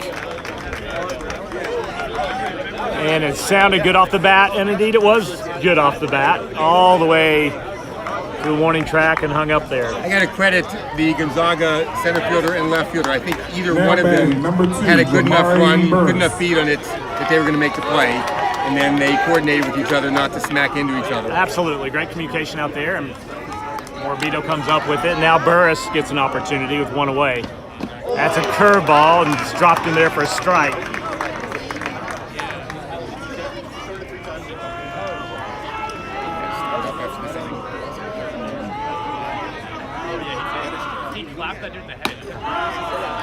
It's upstairs. Mitch, I'd be interested in knowing how many pitches Van Sysel has had in the last couple of innings. His pitch count was starting to get up there, but he seems to have had a couple innings there, maybe a fewer than the early innings. That's going to be outside for ball 2, and that runs the count to 2-1. He's now sitting about 72 pitches after 4 1/3 innings. They're going to peel down to first. They said that he went. And they'll make it 2-2 with the 1 away. Lexus at 64. There was about a 20-pitch difference, and we'll see if that difference holds. But Van Sysel's been very efficient since then. And Sysel throws another curveball, and he's got the Tiger batters. I gotta say the fans thought it was a nice curveball, but not really that close to the strike zone. But whatever Blue calls, it is. Well, he's gonna get that one. I mean, he's gotten just about every curveball thrown. 2 away. Goes fastball upstairs, and Emphasis on upstairs there from my view. called strike. Didn't look like it to us, but We're at an angle, right? That's right. And that was a makeup call. 1-1 the count. 2 away here. Como's trying to get things going here for the Tigers. And it's going to be fouled back and out of play.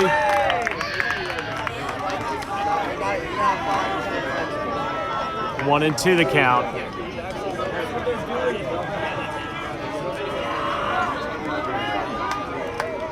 Como's calls timeout.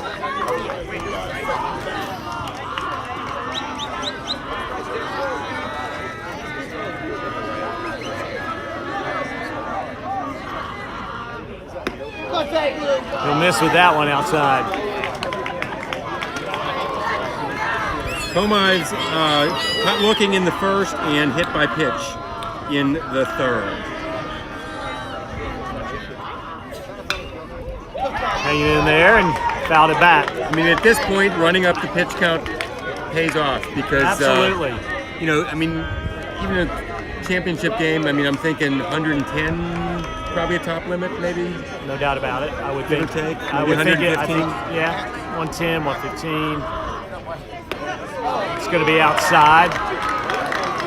Run it full for Como's. Good at bat here, shaping up for Luca. Like you said, want to get as many pitches at these at-bats as possible here in the late innings. He's now over 80 pitches, and there will be a 20-pitch difference between him and Alexis after this inning. And we'll look down at... Oh, Como's hit it hard. Morbido's going to go back. It's going to hang up like they all have today, folks. They are hit well. And at the end of 5, we are tied. the Eagles outfielders are staying busy out there. You know, 2 of the 3 outs were deep shots, and I think they're starting to get a feel for his pitching, and when they hit it, they're hitting it hard. We're through 5 innings, and Lexus 64 pitches right now, 5 hits, 1 run, and that was earned, 7 strikeouts, 2 walks.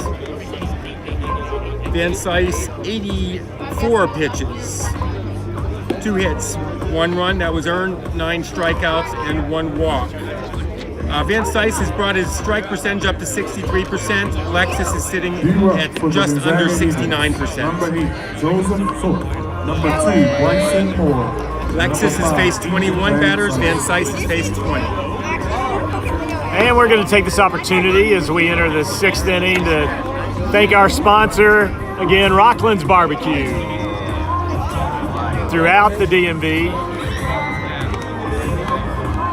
has sponsored Wilson Live this year, and we are so grateful to them for their sponsorship and for being a solid member of this Washington, D.C. community for, I believe, 30 years now. Thank you, Rockland's Barbecue, for your support. DCSAA is a student athlete scholarship program. This year, United Bank has awarded $5,000 scholarships recognizing students' accomplishments on and off the field. From the United Bank team to yours, best of luck in the 2022 state championship. Just bear in mind, folks, both teams came swinging and each scored a run in the first inning. Not a single run scored by either team in the 4 innings since then.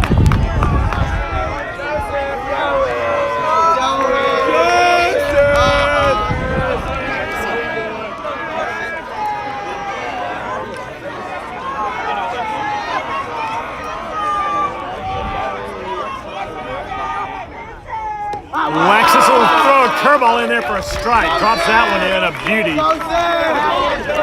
York was expecting the first pitch fastball. Didn't happen.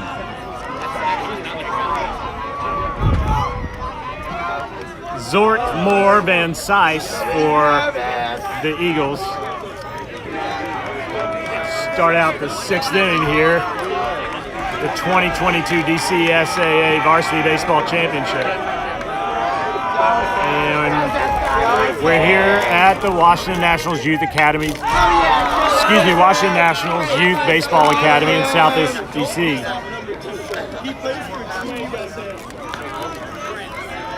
That's going to be strike 2 on Moore.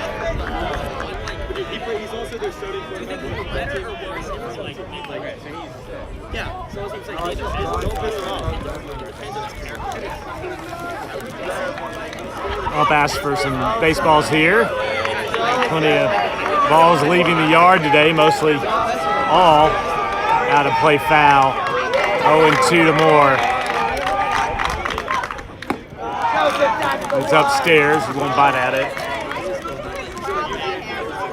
1-2 the count.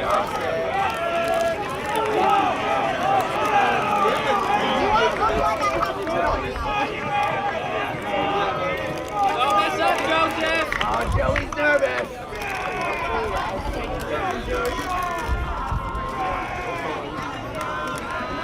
Here we go, guys. 1-2 the count here. No outs. 6th inning.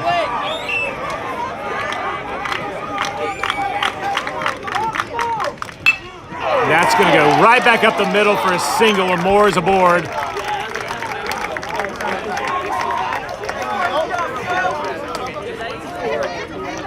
Now batting, number 2, Wilson Moore. Zork now 1 for 3 on the day. Pardon me, that's Zork. With that hit, I apologize. I called him Moore, and Moore is up to bat now. So Zork on board. I think Mitch 1 for 2, you said? Yeah, Lexus got him swinging twice, once in the first and once in the third, and then Zork ran up the count and got a single to center field. So Zork 1 for 3, stands at first base with a little bit of a lead here. We'll see what he does. They may run on Alexander here. Moore is at the plate. And that's hit hard. Well struck.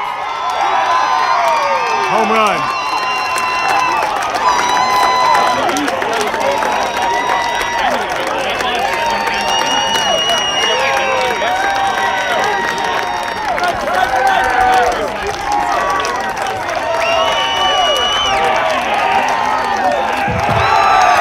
Home run, Wilson Moore.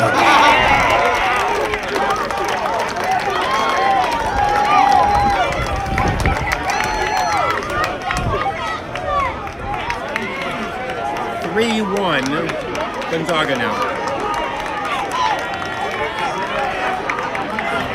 This is Van Sice. Number 5,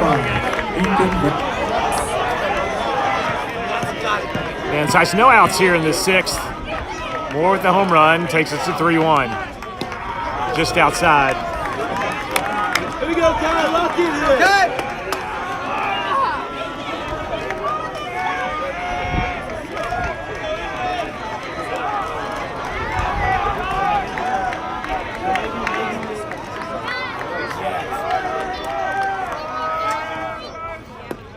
Ball 2.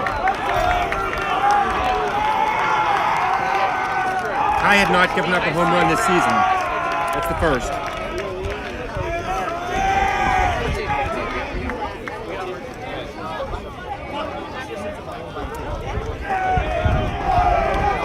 Alexander will talk to him a little bit.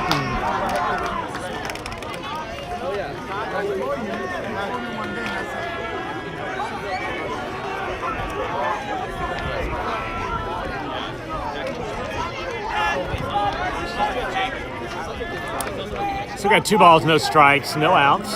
Top of the 6th, Van Sice will try to help himself out some more here. He got some support from Moore on that last at bat. And that's going to be on the outside corner for a strike. 2-1 the count.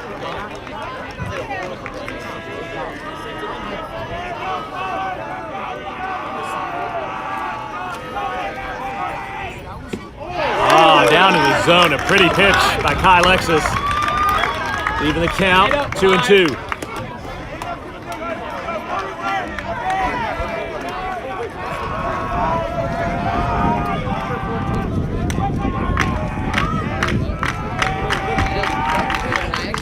Strike 3, outside corner.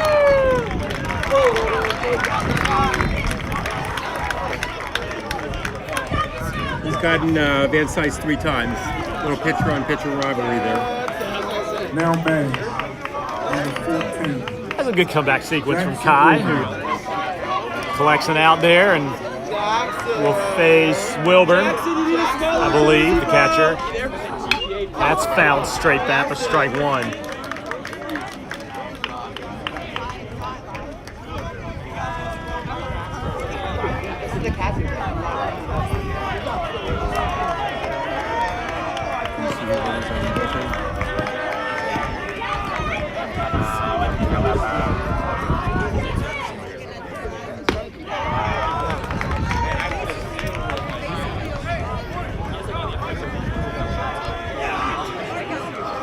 One on the count here to Wilburn.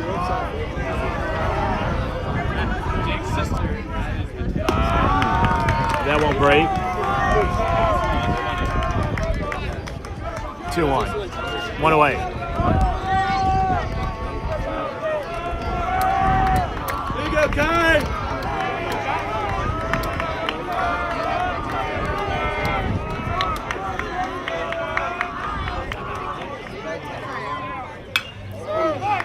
Down the middle and foul back. Even the count, 2-2. Seeing some activity in both bullpens now.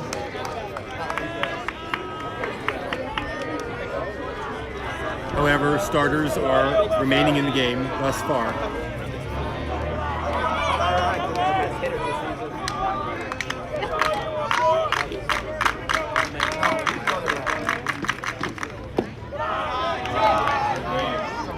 He'll peel and he won't get it, and it's going to be a full count.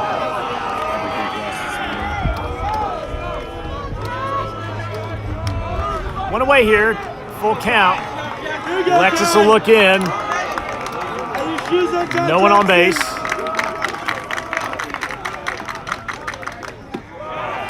He's going to push that outside. And Alexis will send Wilburn down to first.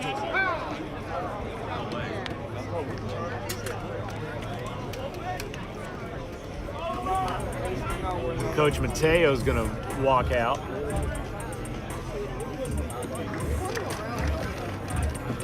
And I'm thinking they having a conversation with infielders. Even with the bullpen warming, they want Lexus to finish out this inning Why not? strong. Right. Pretty late in the order here. We're looking at the 8 and 9 hitters with 1 out.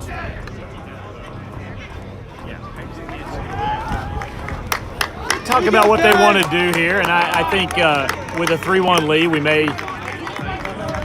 we have a pinch runner for Wilburn down there, so we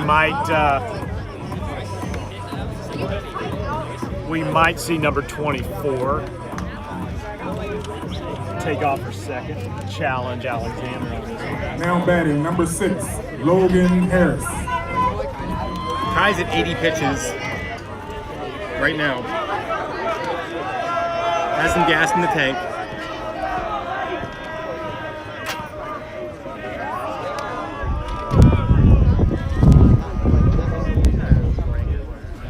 Yeah, in the Tigers bullpen, there's really not any active throwing, just loosening up, and you know, they're going with Lexus for at least this inning, if not longer. Alexis Support in there for strike one, and we'll have a little bit of a lead down here at first base. There you go, Kai.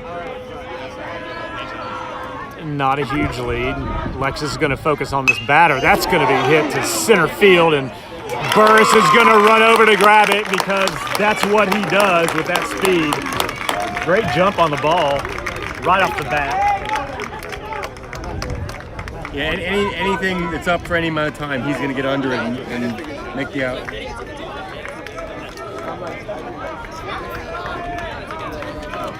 So the Eagles will have a runner first. Going to step out, a bigger lead this time. 2 outs. 3-1 lead for the Eagles. Lexus will keep him honest and throw back there. Now batting, number 1, Mason Green. 2 outs, bottom of the order, runner at first, bottom or middle, top of the 6th. This is Green at the plate for the Eagles.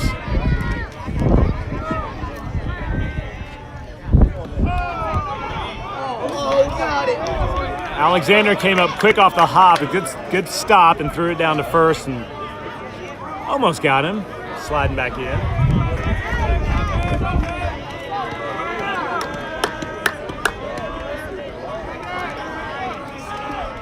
1-0 to Green.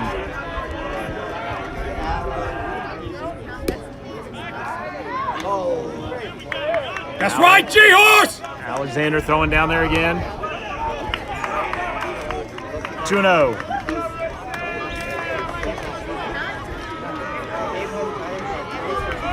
And they're keeping their eye on the Eagle runner.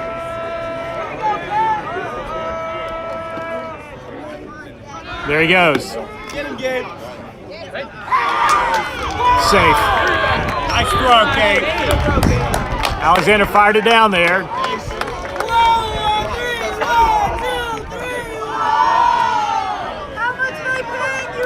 But couldn't get him, and we are at 2-1 in the count here. Alexis will look in, and I imagine leave that runner alone as he looks to home. Foul tip off the plate, 2-2. Green's 0 for 1, fielder choice in the second, and hit by pitch in the fifth. Gonzaga has a runner at second now. 2-2 the count, 2 outs. They're in the 6th inning. Here's the pitch. Oh yeah, big boy. And it's fouled straight back. About where you want that one, Mitch. Come on.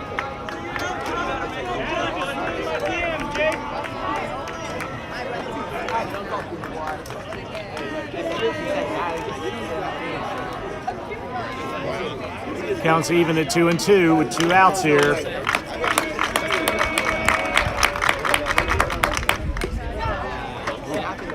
Foul that off.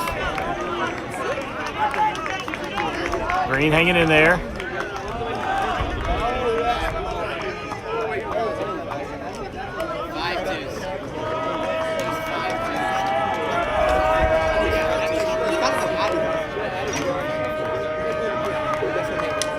Two and two.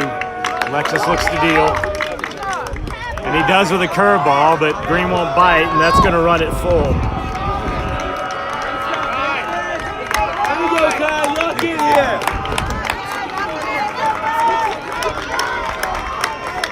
Payoff pitch coming to Green. 2 outs. Got him! Kyle Alexis, strike 3. Out 3, the 6th inning. Eagles pick up 2. The score is 3-1. Our guess is as we go to the bottom of the 6th. Kai's job was to finish off that inning with no further damage, and that's what he did. Gets us to the middle of the 6th with a 3-1 ball game. Lexus at 88 pitches. Actually, a little time lag on Game Changer. Might be 1 or 2 more than that.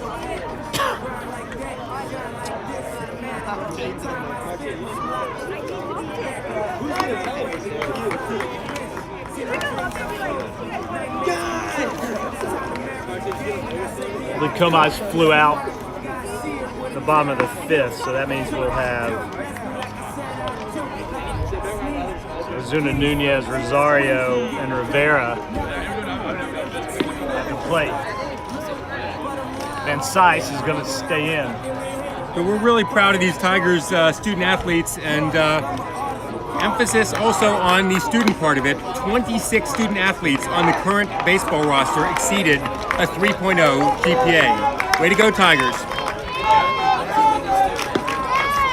Saw Pedro Mateo just walk past us. I want to recognize the coaching staff has done an incredible job this year with your Jackson Reed Tigers. Head coach is Henry Martinez.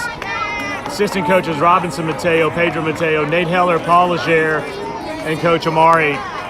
We thank you so much, coaches, for everything you do for these kids every day.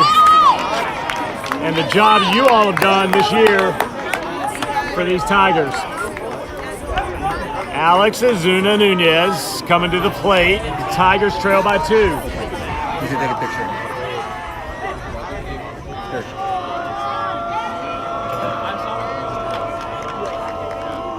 That's going to be high. Upstairs and outside to Zuna Nunez. Take ball 1. I always forget about that. Zuna Nunez is 1 for 2 on the day, I believe. Yes, he has a bloop single to center field and an RBI, the lone RBI for the Tigers, and then a fly ball to left field for an out in the 3rd. That's high out! 1 and 2. Given his reputation for an occasional bunt, third baseman is charging in, or at least was before. Oh, he still is. Still is. Can I get that to break? It's 2 and 2. Come on. Kai No outs ended up, here. Kai Lexus, after 6 innings at 90 pitches. So Tigers.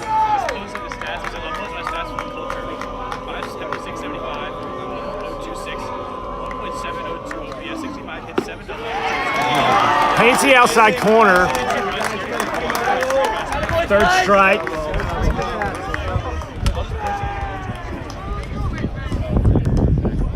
For out number 1. Like to see that.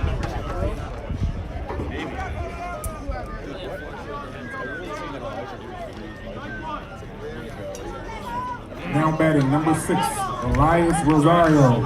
All right. Bebo Rosario went down to talk with Coach Mateo. And now we'll step in. Some base runners. That's going to be down in the zone for ball 1. Rosario hit by pitch and then a fly out to right field. 0 for 1.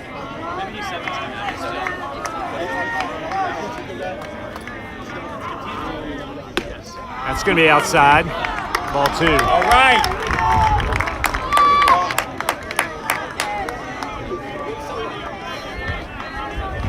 Let's go.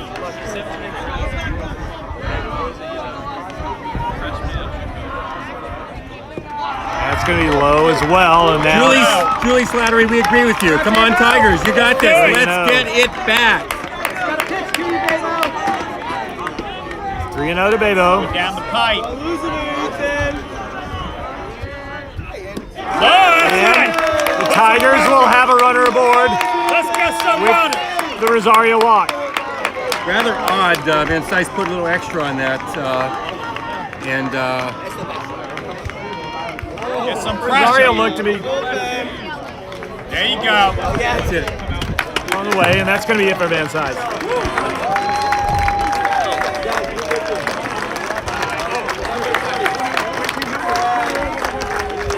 Let's go.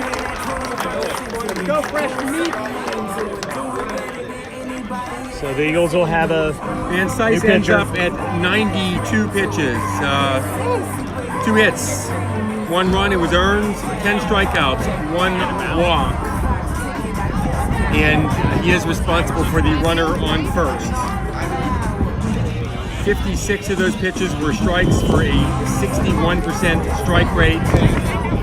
First pitch strike on 15 out of the 21 batters. No ground outs, 6 flyouts.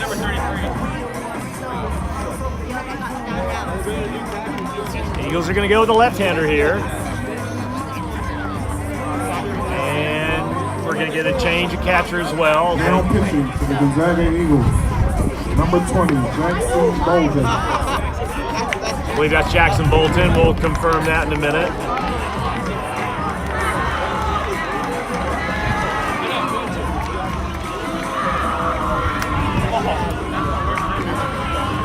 And Mitch, the Tigers are going to do their best to put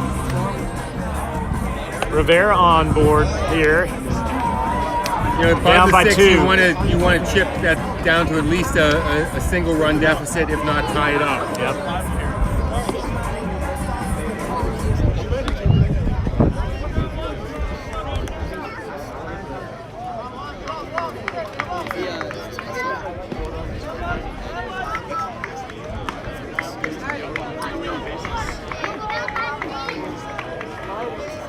We'll set the stage for you here. It's the bottom of the 6th inning. We go 7.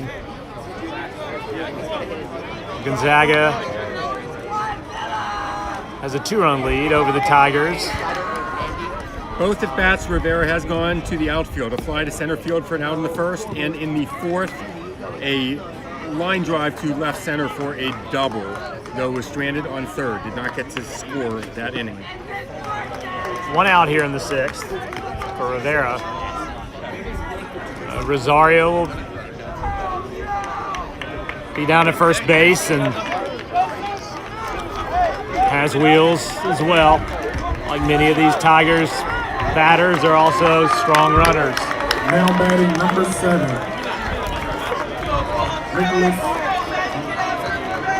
Andy Rivera. So Rivera comes to the plate to face this New Eagles pitcher. The left-hander will come sidearm and get a strike call on that. I'm not sure how that was, but so it is, and it's 0-1 to Rivera. Rivera hits the heck out of that one to left field, and it's going to move Rosario to second. Rivera makes a big wide turn in the event that it got past the left fielder, but it did not. And he lit in to that second pitch from. Now batting number 20. He liked the pitch and was very patient on it. Smacked it.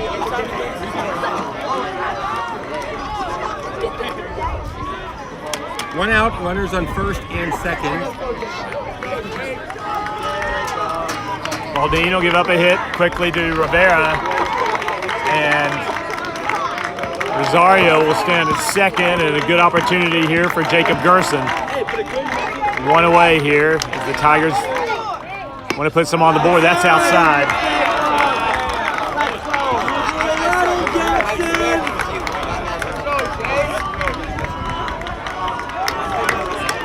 One and 0 the count to Gerson.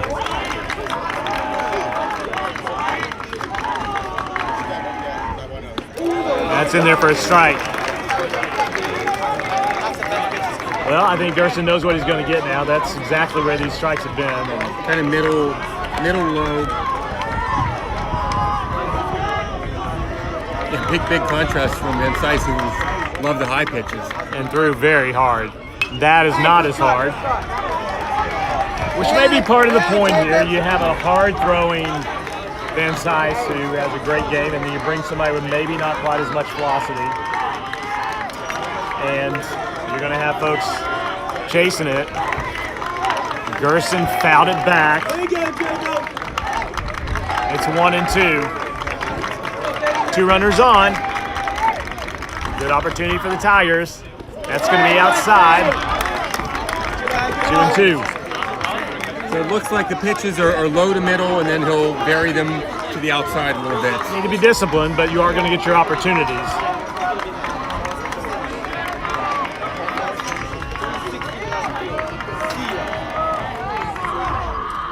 That's going to be outside as well. A little bit more on that. Left it outside, and that's going to run the count full. 1 out. Ty Lexus on deck.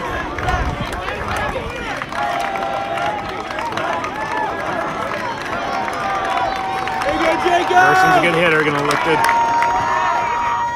Go with it if he has an opportunity, just like that. And it came right back at us. We have yet to have our camera fly away, but it's a tradition during the championship. Well, I guess during the final day, it tends to happen at least once. The net will give a good foot or two, and the cameras won't. Full count here to Gerson with 1 away. Just missed that last pitch. Here you go, Jacob! That's going to be outside, and that's going to load him up. Let me tell you why these fans are going crazy. Because the last time Ty Lexus pitched, Ty Lexus came to the plate with bases loaded. You guess what happened. We're going to get a mound visit. That was quick. No, leave him in! And the left-hander is going to have a short day on the mound today. Giving up That's a Balding. single and a walk.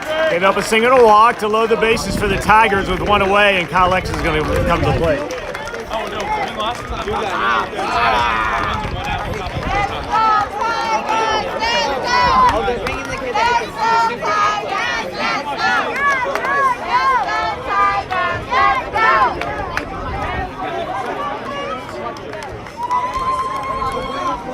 Mitch alluded to it, and well, we might as well set it up for you here. Kyle Lexus will not be looking for a home run, but certainly has the potential to hit it. It's a long field here. It's a long field. Given his heroics last week against St. Albans, where he hit a grand slam home run that gave the Tigers at that point a 7-0 lead.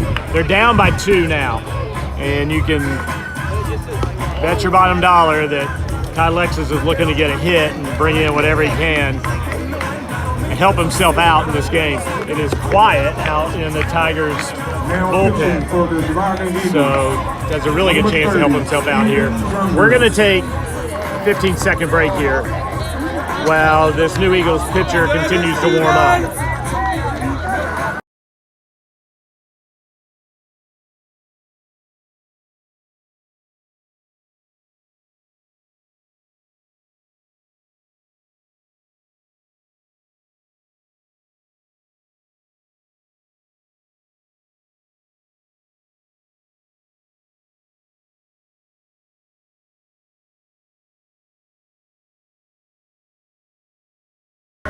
The sun has given way to full clouds, giving us cool weather for the remainder of this baseball game.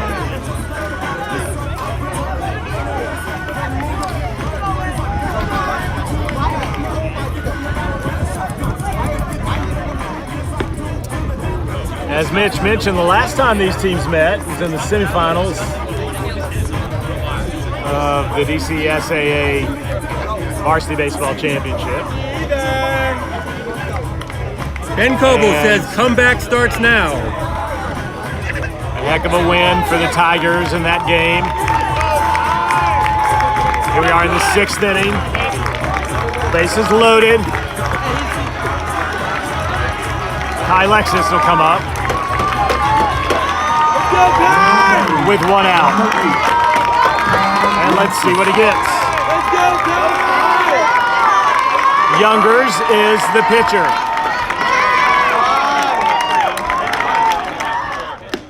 That's poured in there for a strike.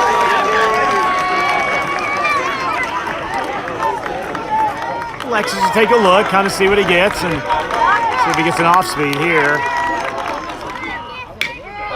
He is going to hit that down to second. Lexus is going to be safe at first. Lexus will go head first into first, and he'll be safe. That'll drive in a run. The out at second will be the second out of the inning. I mean, Pete Rose is the only one who's going to tell you that sliding is faster, but whatever, he's safe. Lexus went sliding into first. I think you all saw that at home. And he is safe. Rosario came home. They got Gerson out at second, and Rivera moved to third. That's going to make this RBI, by the way. a 3-2 game. RBI for Lexus. And the fielder's choice. And Rivera down there at third base. 1-1 ball game, 3-2.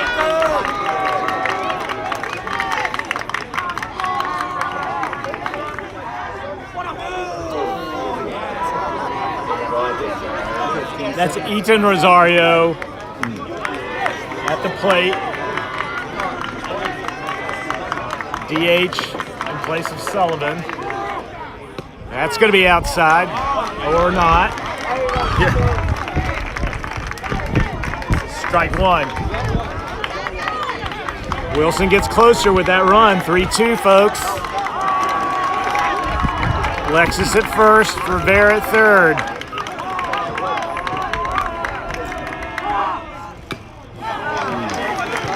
Rosario will foul it back for strike 2.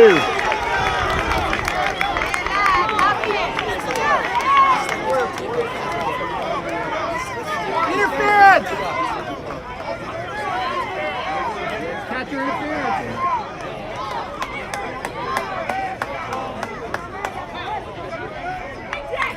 Coach Martinez,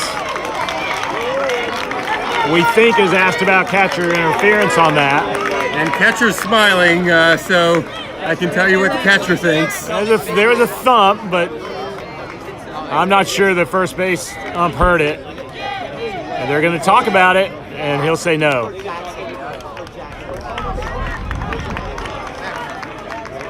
And that'll be strike number 2 on Rosario.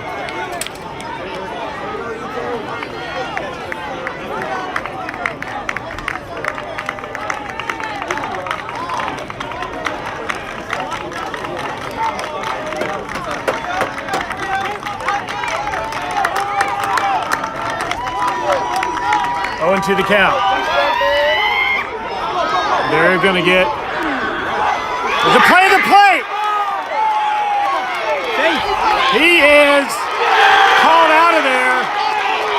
It looked like Rivera slid under it.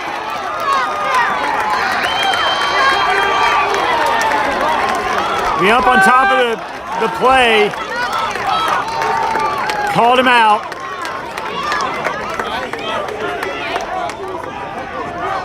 And they're going to have some conversations about it.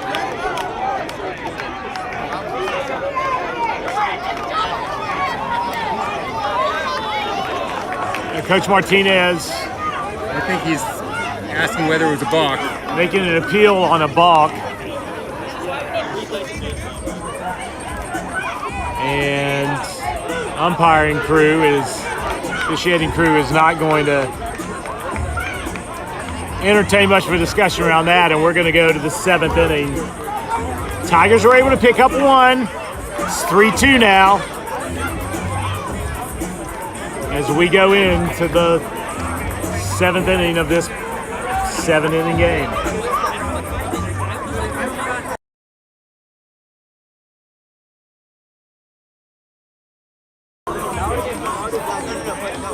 Unclear to us, but I guess we'll be able to look at the video later. I think Coach Henry Martinez thought there was a balk there.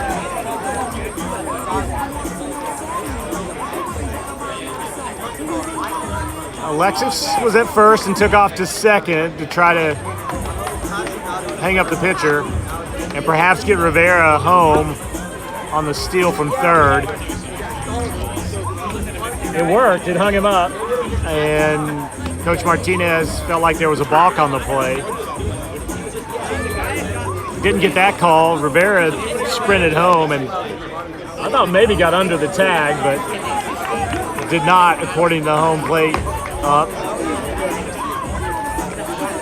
And with that, we move on now to the 7th inning.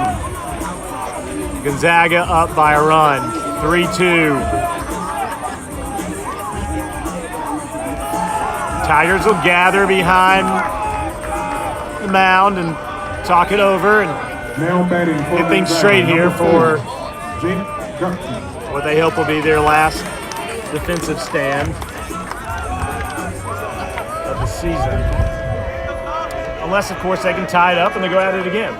But hopefully they can get some runs across, hold some runs off, and get some runs across in the bottom of the 7th inning. Here's Alexis. Returns to the mound. Strike 1.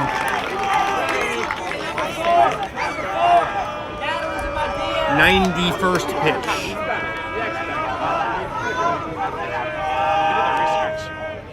In there for strike 2.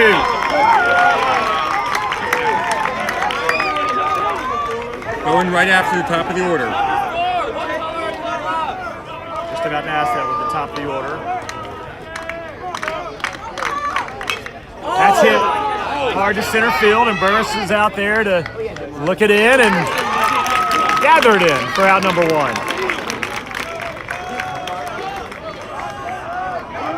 That was Gupton.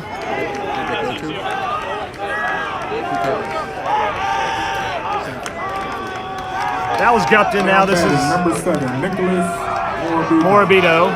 Morabito 2 for 2 with an intentional base on balls in the 5th. We've got one away here in the 7th.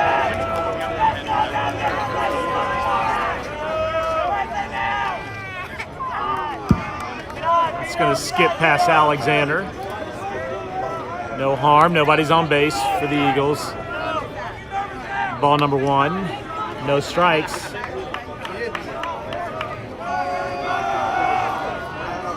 In this tight ball game.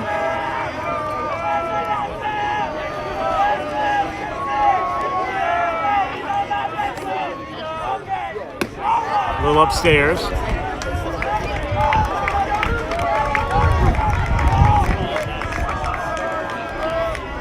2-0.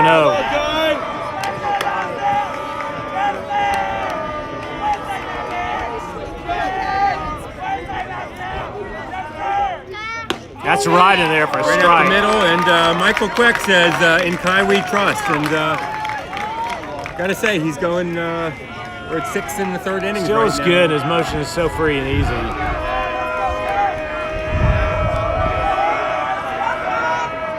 Georgetown University has a lot to look forward to from Lexus. I got a lot of baseball games to go to. That's right. 2-1 the count here. Time called.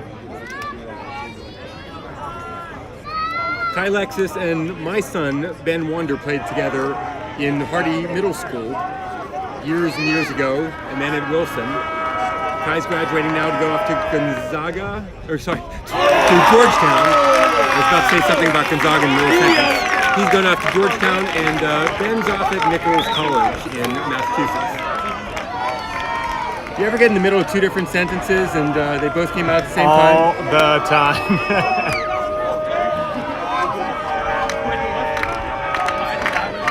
2-2 the count here. Went down to the zone and would not get the call, and Alexander will step out, and it's a disappointing pitch for Lexus. Looked like a strike from here. Down in the zone, says the ump.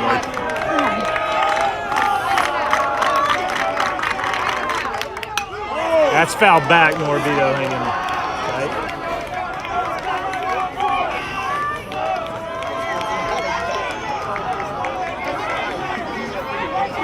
Full count here with 1 away in the top of the 7th.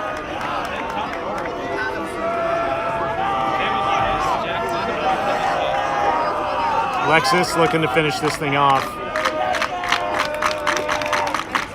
and give the Tigers another opportunity.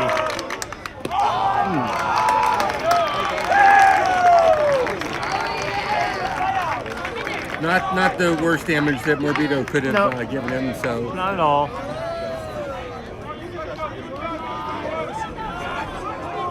Claire's 1 for 3, a single RBI to center field, a line to left field out, and a caught looking in his previous at-bat. Morbido will take a healthy lead over there and see if Kyle hold him. He does. He goes right back over there. Oh. And it's called safe. Really close on that one.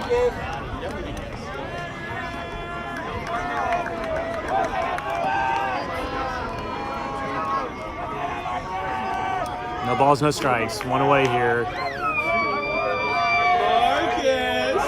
Morbido took a couple of quick steps, but returned to first just as quickly. Alexander came up, ready to fire, and didn't need to. 0-1 is the count. Claire at the plate. Got him! What a play! And I tell you, I yelled got him before the tag went down because it wasn't going to be close. I think we had the choir singing in unison here as we saw a great move by Kai Sometimes Lexus. you got the runner leaning in the wrong direction, you make the throw, and it's just a reaction. It's a little bit late. So Morbido is picked off. 2 down. And importantly, that's the second out. Claire 0-1 now. That's away. It's 1-1 upstairs. 1 ball, 1 strike to LeClaire.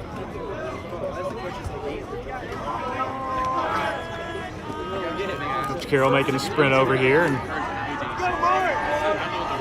do a little coaching. Nobody on base, so he doesn't need to be in the box. That's upstairs and right past Leclerc for strike 2. He's trying to get another, I think the Gonzaga coach is trying to get another player in the bullpen right now.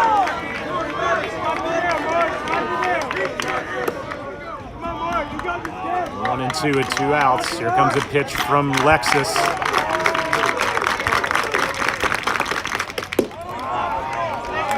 Below. Ball 2, that's all right. 2 and 2. 2 away.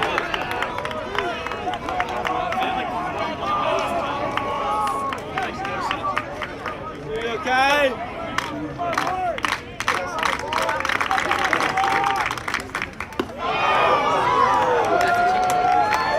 Just misses with a curveball. That's going to go full with 2 away.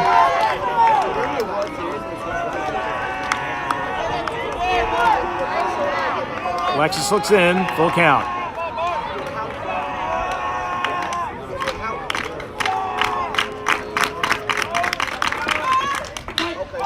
That is hit hard to center field. Burris way back. It's going to get over his head, and Leclerc's going to go into second, standing I tell you, after driving a double. Jamari Burris is the only one who can full out leap for it and then spin around and get back to it without letting the runner go another base. He is all out all the time. That's right, and almost made a tremendous catch out there, just over his head. Now pinch running, number 29, Peyton Beckton. We're going to have a pinch runner, but we got 2 away here. Mitch, so you want to be careful with the baseball. Joseph Zork. Zork 1 for 3, but his last at bat was the line drive to center field. So seems like he was learning from his 2 previous at bats. 2 outs now.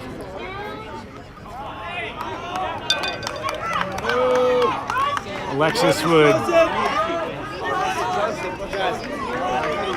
like to get ahead of the batter here. Zork, dangerous hitter, as Mitch said, with that last hit. And big lead at second. He'll go back in. Alexis has been good with the base runners today, keeping them honest and kicking folks off. Would not be surprised if we see a sprint to third here. Here we go, Kai.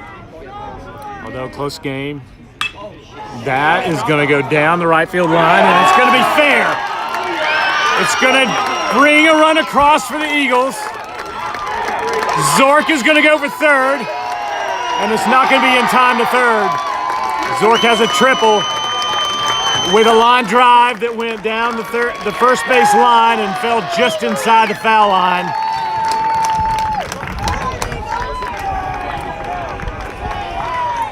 Gonzaga's going to pick up another run to make it 4-2. 4-2.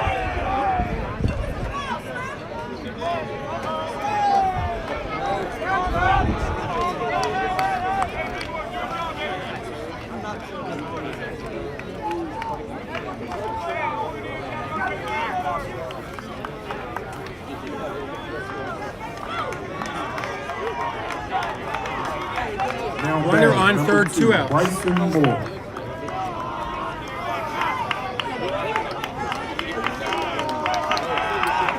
Kyle go right back at him. Is that Moore? It's Moore, correct? Yes. Mitch? And that's right back up the middle.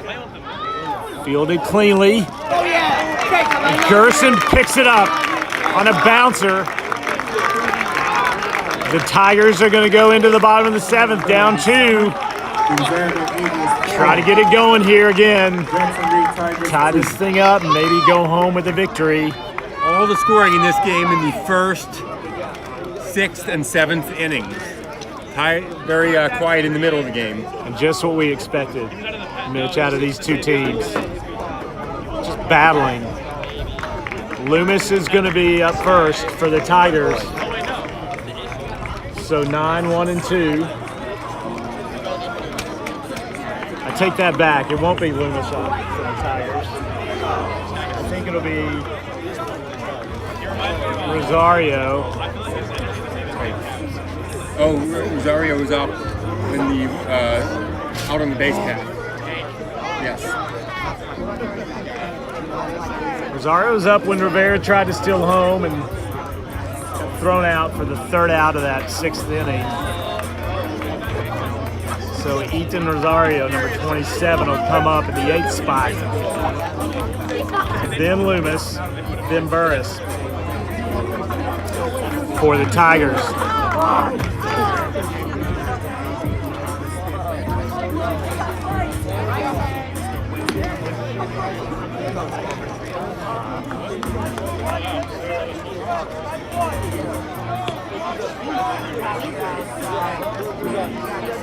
This is the big 3 outs here. Chance for Tigers to mount an epic comeback. They need 2 to tie.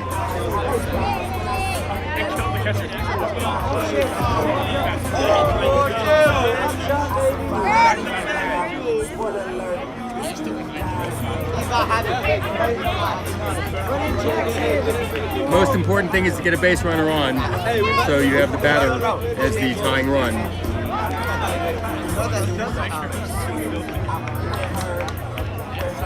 A game changer here to see what we got.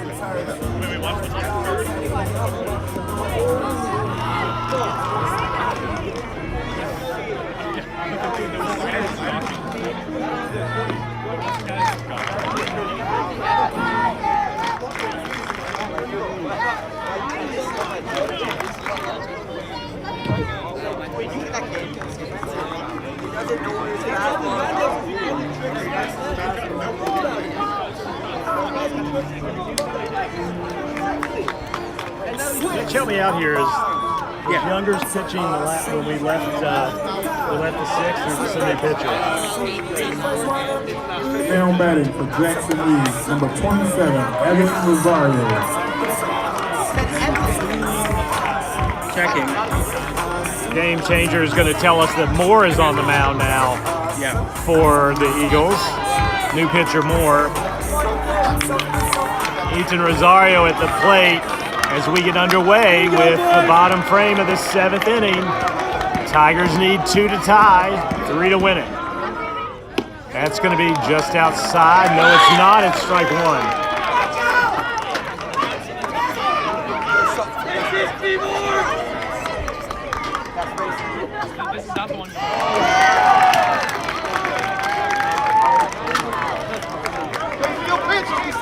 Two strikes. Rosario will look at strike 3.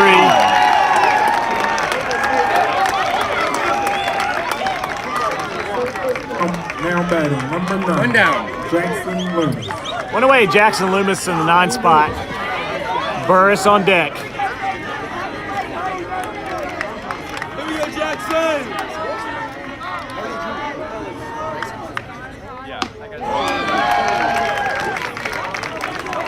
Loomis will take a cut at Going that. right at him. Moore will get ahead 0-1 here, 1 away. That's going to come straight back. Shake our cameras a little bit as Loomis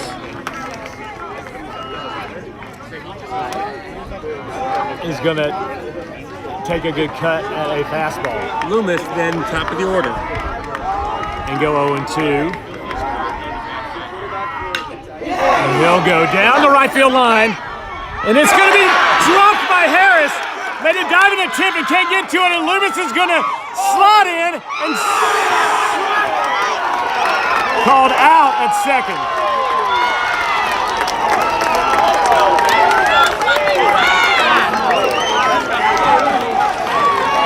Harris made a diving attempt.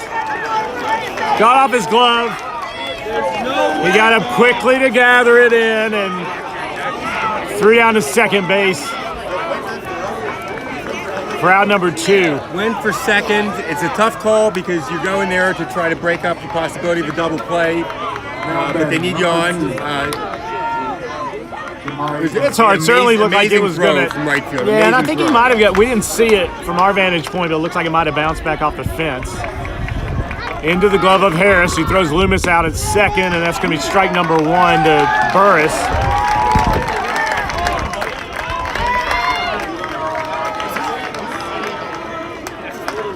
Quick 2 outs here, and that's ball 1. Evens the count for Burris. Looking to get something started here in the bottom of the 7th. Tigers down by 2. He's going to hold off. Check swing, but went with it, and now it's 0-2. Sorry, 1-2 to Burris.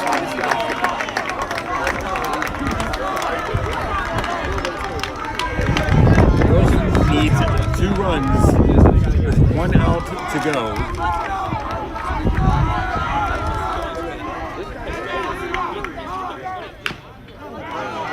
Burris will chop that off his foot, or shin.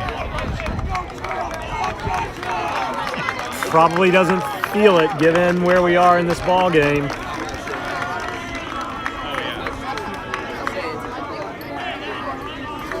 One ball, 2 strikes, 2 outs. The bottom of the 7th.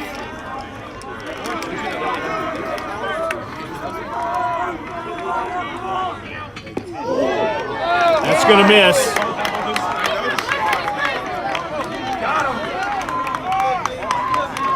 The breaking pitch to give, and took an opportunity at it. Lights are on here, and that's Academy. Burris is going to go, and that's going to be out number 3. Ball game. Give you the wrap up here. Gonzaga over Wilson, 4-2. 4 runs, 9 hits, no errors. Wilson, 2 runs, 4 hits, no errors. Lexus went complete game for Wilson, giving up 4 earned runs. Van Sice went 5 1/3. Bowden faced a couple batters, and Youngers went 2/3 of an inning, and then Moore finished it off with a full inning. The only runs given up on the Gonzaga side were 2 by Van Sice over 5 1/3 innings. A good game and what we expected from both these teams. Absolutely. Wilson's Tigers are a lot younger team than they have been in past years, and definitely showing some really aggressive base running, good hitting, solid fielding by both teams, no errors. And I think this is a team that's going to be reckoned with over the coming years. Good things in score, ahead rather for the Jackson Reed Tigers. Present the DCSAA 2022 State Baseball Trophy presentation. We're going to leave it here, and for folks who are watching at home for the trophy presentation, perhaps.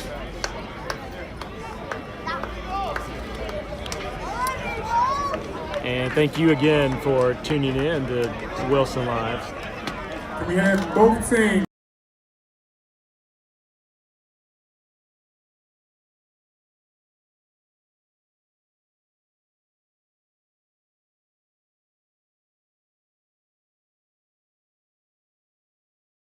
Hey, signing off for Wilson Live, you got Mitch Wander. And this is Chuck Alexander. We want to thank you all for tuning in to Wilson Live Baseball this year. The Jackson Reed Tigers. And a tip of the cap to the Tigers, who did an amazing job this year of turning things around and come into this tournament, the number 1 seed, fall in a close battle to Gonzaga. Coach Henry Martinez and